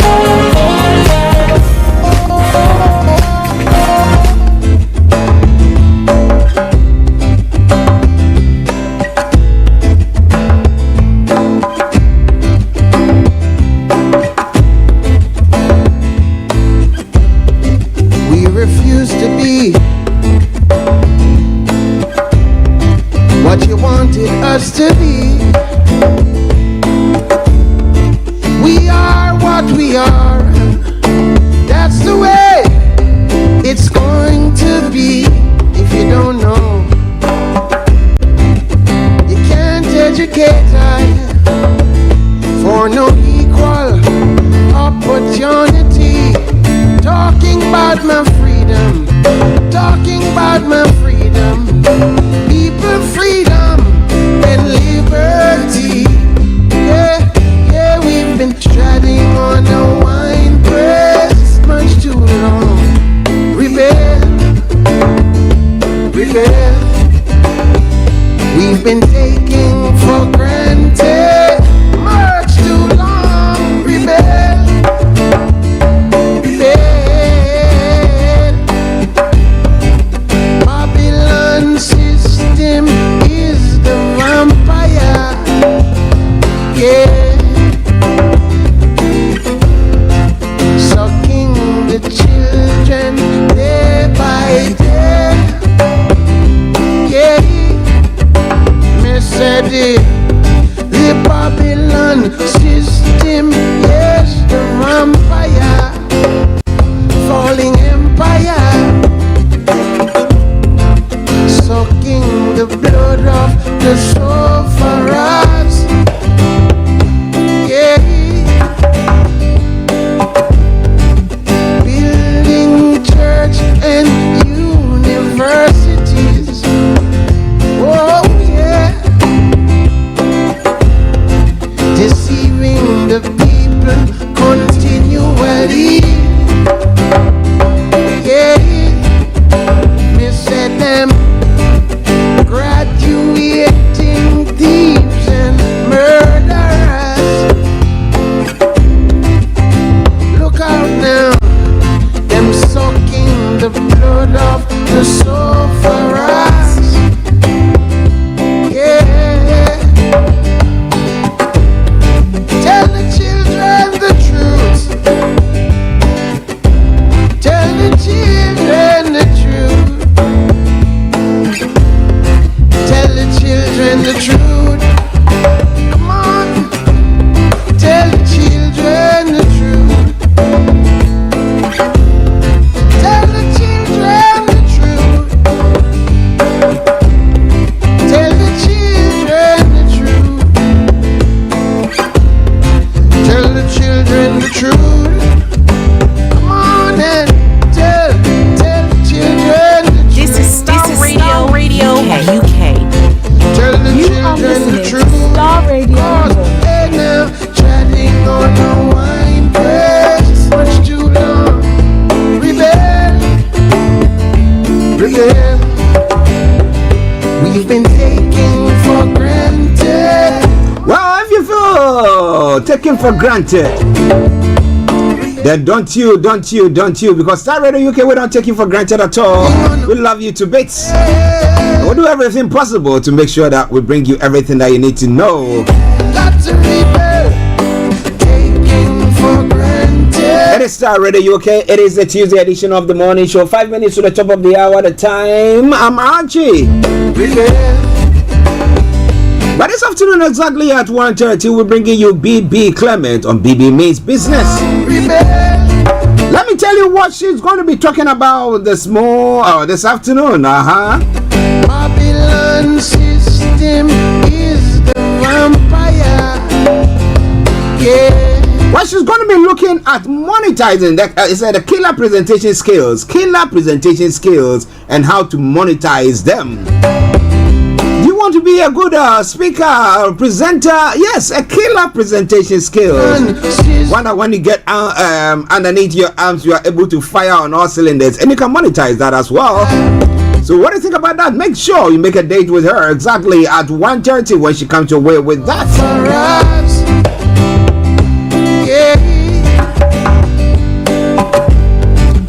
Building church and university. And also, oh yeah, deceiving the people continually. Yeah, me said them graduating thieves and murderers. let me say good morning to the Zongo man himself. He says it's better. Said if people come to school, they come educate themselves here and they get all certificates for what? Oh my, oh my, oh my. But I know that you got yourself a very good one and you can use it to help your community. That is what is very, very important. Whatever we do, we have to understand that we are made to help each other. And when you do so, you now feel the joy in what you have acquired. Children, the truth. Tell the children the truth. Tell the children the truth. So as we say here on Starr Radio UK, whatever we get, we try to share with all our lovely and numerous listeners. This evening as well is going to be taking place once again, the Global Real Estate World Summit, UK for Taste. Cause they're now treading on the wine. So Dr. Olumide once again, now we'll be having the Insta Live session. That is the Global Real Estate World Summit UK for Taste, and he'll be having as his guest Chika Ugo, who's the founder Dream Chasers Today, CEO Kinship Association Limited. So join Dr. Olumide this evening exactly at 8 p.m. live on Instagram, and that is at Olumide Emmanuel. Okay. From the very day.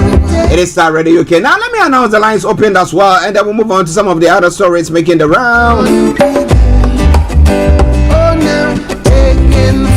So, yes, if you want to call us or you want to be involved in the program this afternoon, this morning, by the time I finish, it will be afternoon. Yes, call us on 0208133227 or 58. 0208133227 or 58.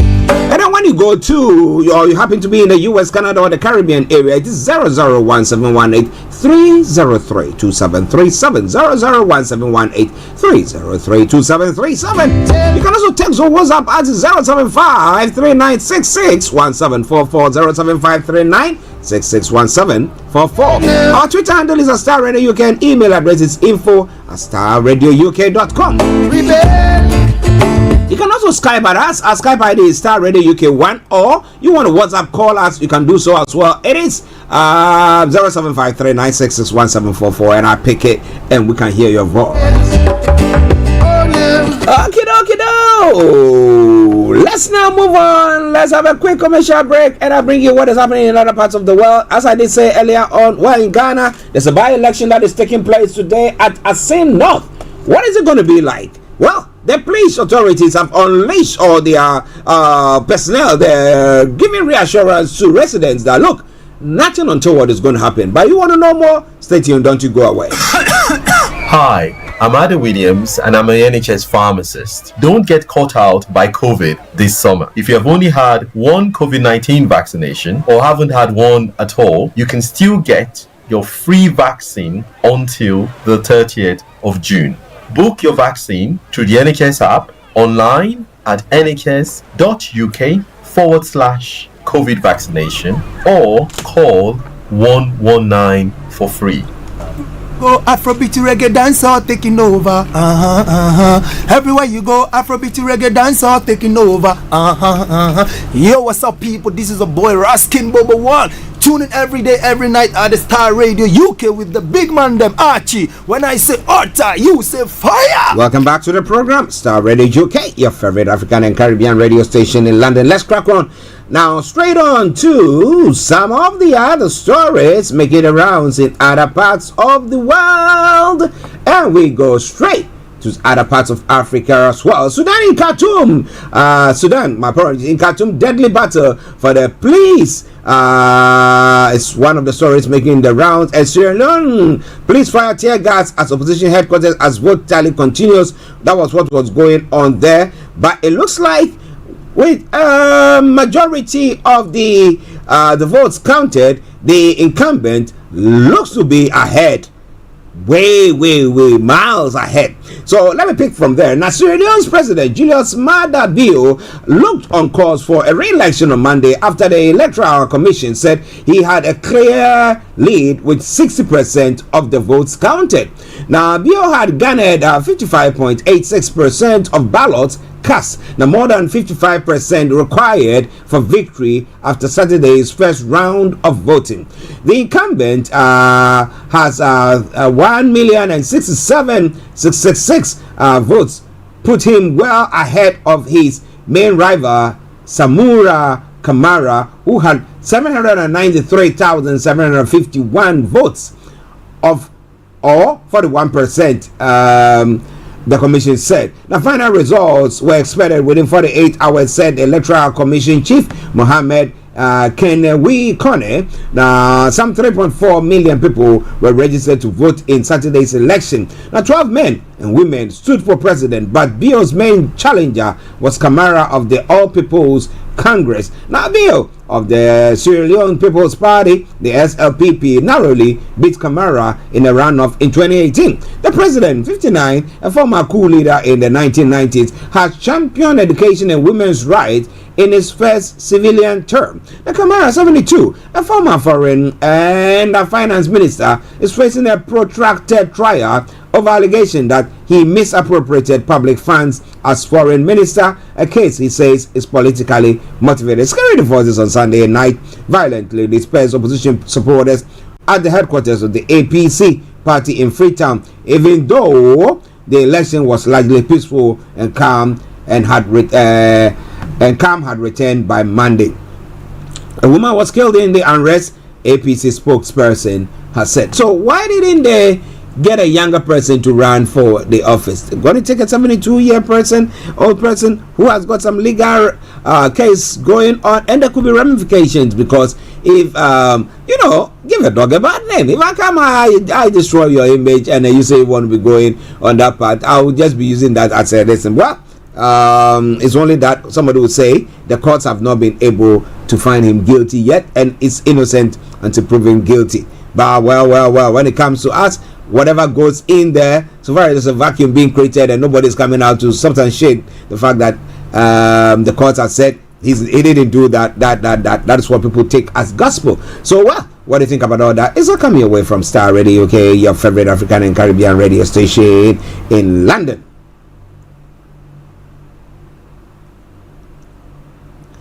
Okay.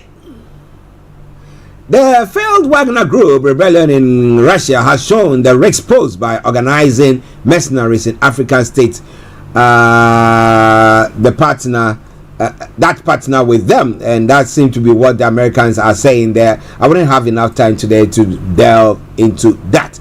But it comes to election again. Gabon will hold presidential, legislative and local election on August 26th. The country's government announced on Tuesday. It goes on further to say the Council of Ministers announced the convening of the Electoral College for the election of the President of the Republic, plus members of the National Assembly and municipal councils in August. Now, while President Ali Bongo Ondimba has not yet said whether he will stand again, he is widely expected to run for re-election against a very divided opposition. Now, Bongo's powerful Gabonese Democratic Party had strong majority in both houses of parliament and is pushing for the president to announce he will run again. Will he? Wouldn't he? Is it not a dynasty? What is all happening there? So Starr Radio UK. Bishop Adesina says, in Nigeria, we know no free education using that during campaign is a fraud on Nigerians.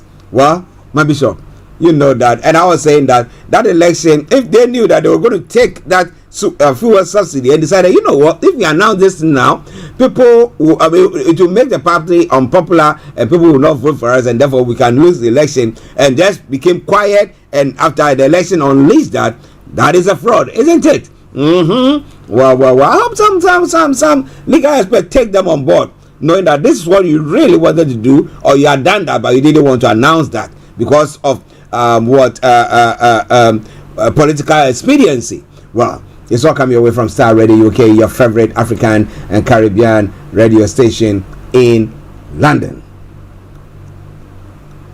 Well, in Ethiopia, the National Electoral Commission chairwoman has resigned. The chairwoman of the National Election Commission, Nebe Betukan Medeksan, an imprisoned former opposition politician who had held the post since December 2018, announced on Monday that she has tendered her resignation for health reasons. Needing a long rest to take care of my health, I submitted my letter of resignation on June 12 to the office of the Speaker of the House of People's Representatives, Lower House of Parliament, Ed Note, to inform him that I will, of my own free will, be stepping down as Nebe chair on August 7, 2023. The 49-year-old Betukan wrote on a Facebook post.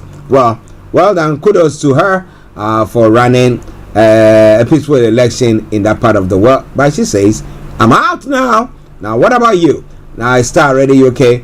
Let's move on to some other stories making the rounds today. Well, the by-election is taking place in Ghana today as I'm speaking now in Asen North. Okay? Now, embattled Member of Parliament for Asen North, James Jachikwason, arrived at the grounds of the voting at Asen Breku to a rousing welcome by National Democratic Congress executives and enthusiasts. Now, Jachikwason, who was mobbed by supporters of the National Democratic Congress when he arrived to cast his vote at Asin North. The lawmaker, who arrived around 10:20 a.m., was clad in white attire and accompanied by some key members of the NDC, National Communications Officer Sami Jemfi, Elvis Afriya Ankra, and others. Mr. Kwason was also flanked by security personnel from the NDC and the Ghana Police Service. Now, the keenly contested race for the Asen North seat is between the New Patriotic Party's parliamentary candidate Charles Opoku and James Jachikwason of the NDC, whose seat in Parliament has been in contention following nationality claims after he was voted as MP back in 2020. Now, meanwhile, a new poll conducted by the Global Info Analytics has revealed that Charles Opoku holds a slim advantage over James Jachikwason in Tuesday's by-election. The poll, which was conducted ahead of the by-election, showed that some 45.6% of respondents expressed their desire to vote for James Jachikwason, while 46.7% declared their intention to vote for Charles Opoku. It further showed that some 6.9% of representatives remain undecided about a candidate to vote for, who this could prove pivotal in determining the final outcome of the elections, according to the Global Info Analytics. Now, we'll be following it very closely and be telling you about what is going to be happening there. Is Jachikwason going to be winning or? But what is happening on the ground itself? Now, constituents of Asin North are today going to the polls to cast their votes to elect a new member of parliament. The polls are expected to begin from 7 a.m. Tuesday, June 27. Now, this follows the Electoral Commission's declaration of the Asin North seat as vacant after the Supreme Court nullified James Jachikwason's position. According to the court, the ousted Asin North MP failed to prove that he had renounced his Canadian citizenship when he filed his nomination to contest the 2020 general election. The Asin North polls will see James Jachakwesi, representing the National Democratic Congress, contend against Charles Opoku of the New Patriotic Party. Meanwhile, the Inspector General of Police, George Ekufu-Dampare, is on the ground with a host of police personnel to ensure maximum security and order during the election. Information coming through is saying. So, with the police chief on the ground, are we going to be seeing a different turnout and trend? What is going to happen on the ground there? It's quite an interesting one, and we'll be following it very, very closely. But again, the police have also deployed drones that they are also using. The Ghana Police Service will deploy drones at conflict-prone areas in the Asin North constituency to capture situations of conflict and violence in real time during today's by-election. Also, absolutely no weapon will be allowed at the polling station in an election, which will be supervised strictly by regular police personnel. These are part of security measures of the Ghana Police Service has taken to ensure a violence-free election.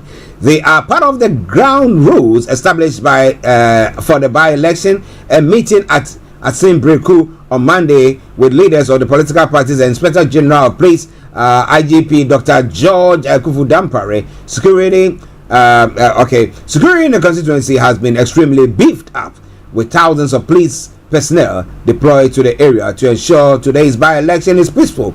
With the Electoral Commission says, while the Electoral Commission says it had made adequate provision to ensure that the rain did not have any adverse impact on the election. So when the rain comes, where would the people go to? Would they take their ballot box into somebody's room where the business is going to be taking place, or where would it be? Well, they said they're taking they've made adequate preparations. So let's see what happens. We hope that everything is going on peacefully. It is Star Radio UK. It is your favorite African and Caribbean radio station in London. It's bringing the time now to what? 12 minutes after 12, and we will be going into other part of the world. But let me see whether I can get this. No, okay, that is not coming through. So we move on straight to other stories making the rounds in other parts of the world, since we have to bring the program to a close at 12:30. All right then. This is Starr Radio UK. Hi, I'm Ada Williams and I'm an NHS pharmacist. Don't get caught out by COVID this summer. If you have only had one COVID-19 vaccination or haven't had one at all, you can still get your free vaccine until the 30th of June. Book your vaccine through the NHS app, online at nhs.uk/COVID vaccination, or call 119 for free. Hi everyone, it's your girl BB Clement, the author of How to Go From Employee to Entrepreneur and the host of your weekly business show, BB Means Business, the show where we discuss everything you ever wanted to know about business but you were afraid to ask. How do I start my business? How do I raise the finance?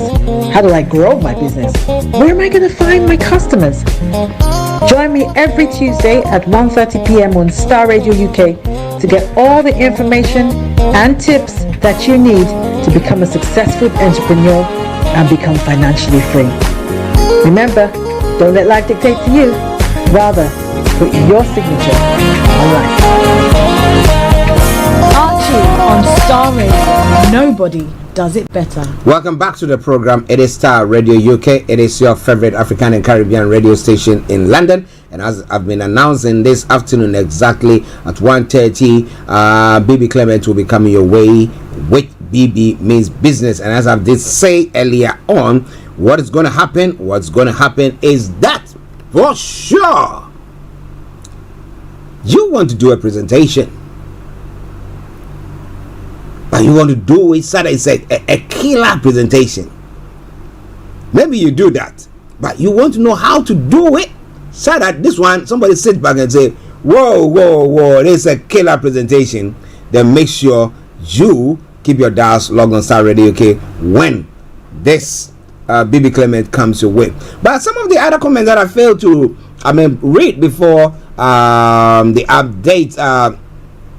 Bishop Adesina was saying Vice President Shatima is soliciting digital skills training for Nigerians from Republic of Korea. While they train Nigerians for free, it remains a question. Now it's not free. Why are these leaders ambulating over vanities just to prove they are doing something? Individual Nigerians already annexing digital skills, sponsoring their selves.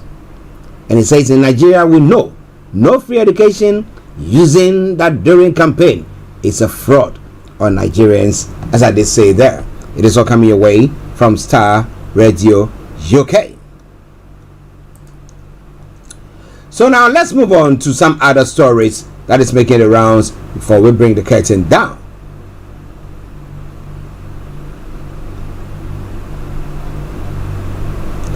Okay.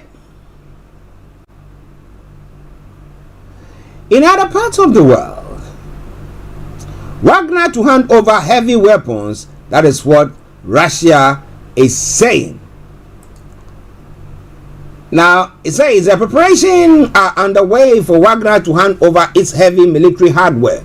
Russia's defense ministry says, now following Saturday's failed rebellion, now Russian media cites the FSB and security services as saying the criminal case against Wagner mutineers has been closed. Now Wagner fighters have been told they can choose to join the Russian military, return to their families, or go to Belarus. Now addressing military personnel on Tuesday, Putin says they've stopped a civil war and calls for a minute silence for pilots killed in clashes with the Wagner troops. Now speaking on Monday, Wagner chief Yevgeny Prigozhin said his short-lived rebellion was a response to government plans to take direct control of the mercenary group. He agreed to leave Russia for Belarus after calling off his troops. And on Tuesday, a plane linked to Prigozhin landed in the capital of Belarus, Minsk. In the same city, Belarusian leader Alexander Lukashenko said the mutiny has been painful to watch. During it, he had ordered his country's army to be combat ready. Now, Ukraine's President Volodymyr Zelensky claimed the counteroffensive had made advances on all fronts. So we'll see what is going to happen there. But do you think that is the end of the story, or is this going to, as I've been saying since last Saturday, that has it undermined the authority of Putin? And if you're a Wagner member of force, are you ready to join the regular army? And will you get whatever Prigozhin was giving you?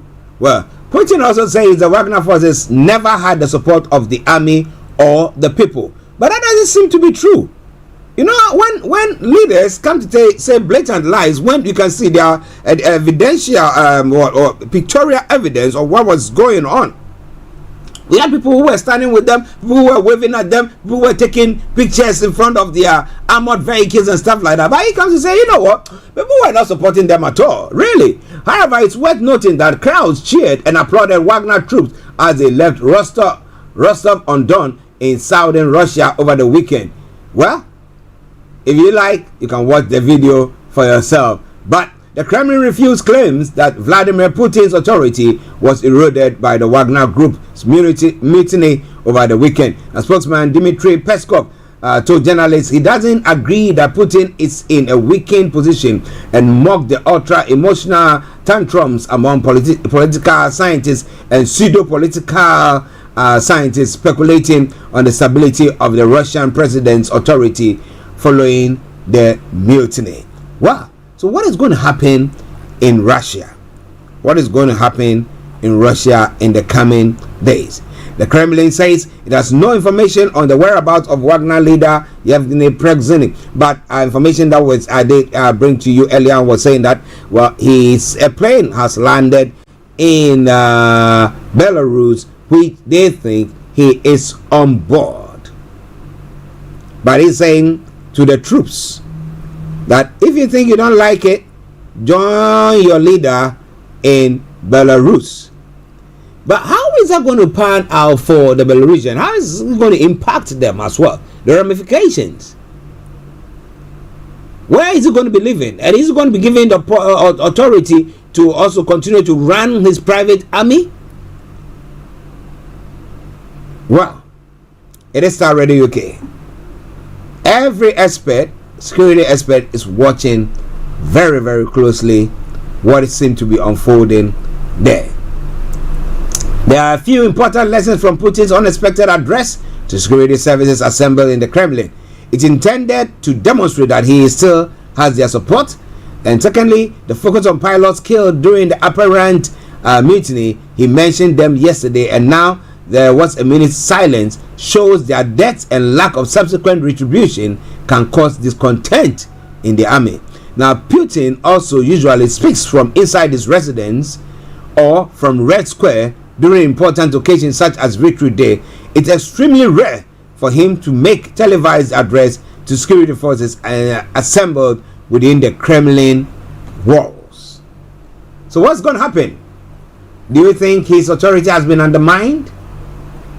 And do you think that seemed to be the end for him? Well, let's all see what happens on that front. This is all coming your way from Starr Radio UK, your favorite African and Caribbean radio station in London.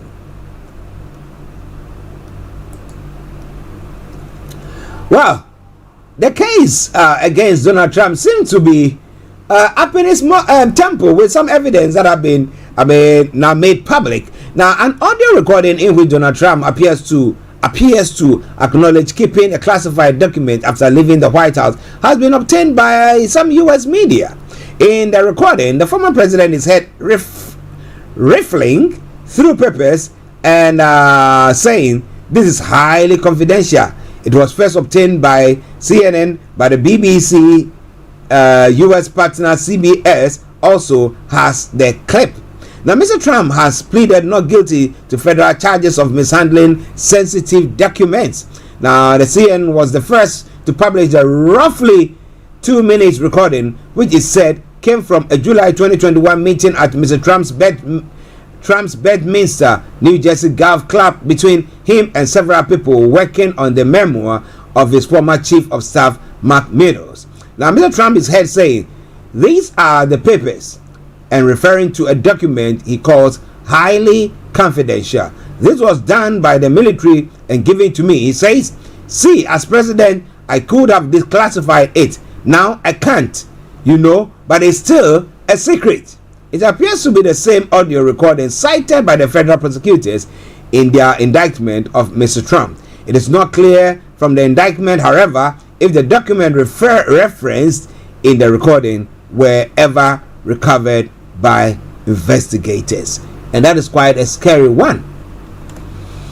Well, when you become the president, you are above the law. But I remember during a speech that he was making at a particular place, not very sure where, but he did say that anyone who is said to have mishandled state security information like that should be actually punished or brought to justice. But when he said nobody's above the law. But when he was presented to the courts, or when he was being sent to the courts, he was saying that, you know what, this one is a ploy by my enemies, my foes, my adversaries, to actually stop me from pursuing my cause to make America great again.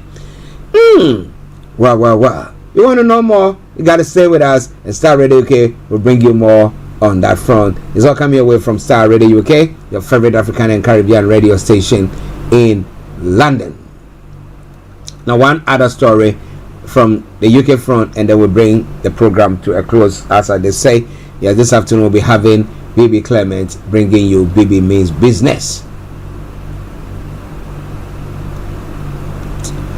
Matanko slams UK's approach to COVID.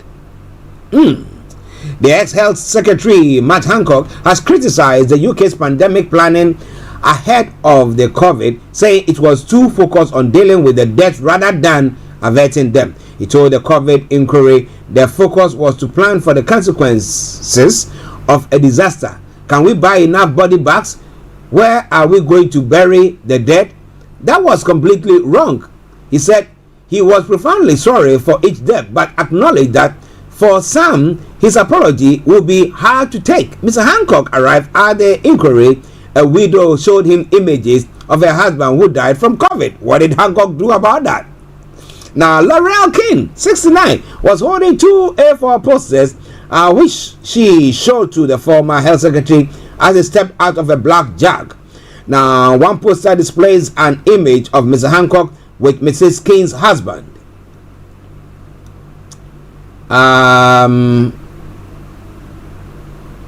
Vincent Mazzello, who died in a care home in March 2020, aged 72. Now, you shook my husband's hand for your photo up. The photo was captioned. Mr. Hancock didn't respond as he walked into the building. Now, Mrs. King told journalists, "We will visit by FaceTime. I noticed something was wrong. His breathing wasn't quite right. At that time, there wasn't any testing available, and he died 5 days later." Care homes became channel houses because there was no testing. There was insufficient PPEs, but more disastrously, it's because they discharged people from hospitals without testing them. She called on Mr. Hancock to tell the truth to the inquiry, adding the bereaved families deserve that much. Well, he's told his truth. What can we do about that? It was something that nobody knew how it was working out. I remember we sat here. I remember myself and my colleague, Mr. Frank David, we sat here while we were analyzing it because we had the privilege to be in the studio all the time. When it all started, we're saying, this is airborne. This is airborne. They were saying, no. So people were being flown in and they were coming into the country. So he was a health secretary. And as you know, they didn't want to lock down the country and everything of that sort. Now, people are angry that why did they lock us down and some were having a party? But if they didn't lock you down, you would have got yourself killed as well. So, you see, it's a catch-22 situation. But what do you think about all that? This and a lot more going to be bringing you as the days and the weeks and the months unfold. But for now, I want to say thank you very much for joining me today on this wonderful edition of the morning show. But thank you very much for coping with me. As I said, not feeling that great, a bit under the weather, but thank God Nigeria has not happened to me. Yes, we are doing very well. I mean, Nigeria not happened to you, as we say on this platform. And I wish you all a very wonderful day. Stay tuned, don't you go away. Starr Radio UK, your favorite African and Caribbean radio station in London. Enjoy this music, and when it ends and you don't hear from me, then it's been me, Archie, saying have the top of the day, and bye bye for now.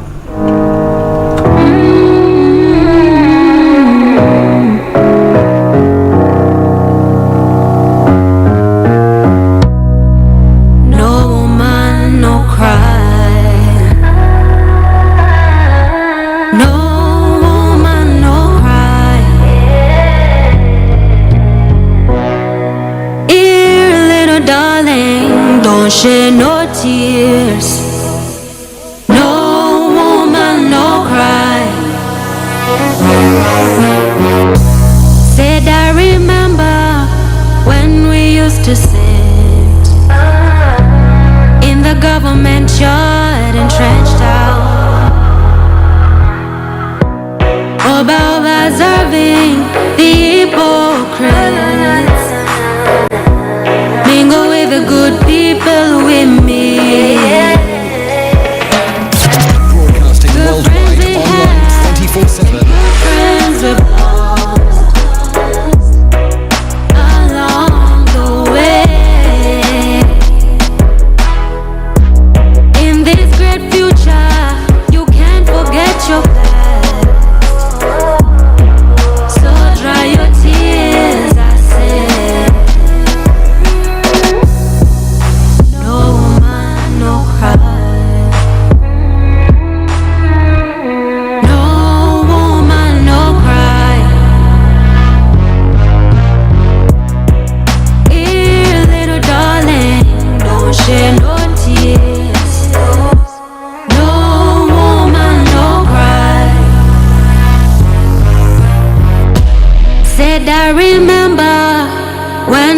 used to sit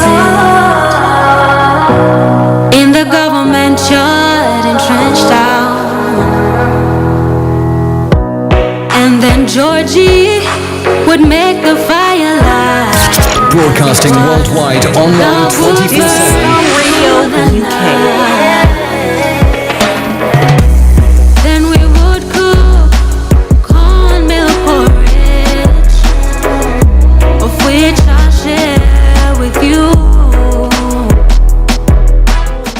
Hi everyone, it's your girl BB Clement, the author of How to Go from Employee to Entrepreneur, and the host of your weekly business show, BB Means Business, the show where we discuss everything you ever wanted to know about business, but you were afraid to ask. How do I start my business? How do I raise the finance? How do I grow my business? Where am I going to find my customers? Join me every Tuesday at 1:30 p.m. on Starr Radio UK to get all the information and tips that you need to become a successful entrepreneur and become financially free. Remember, don't let life dictate to you. Rather, put your signature on life.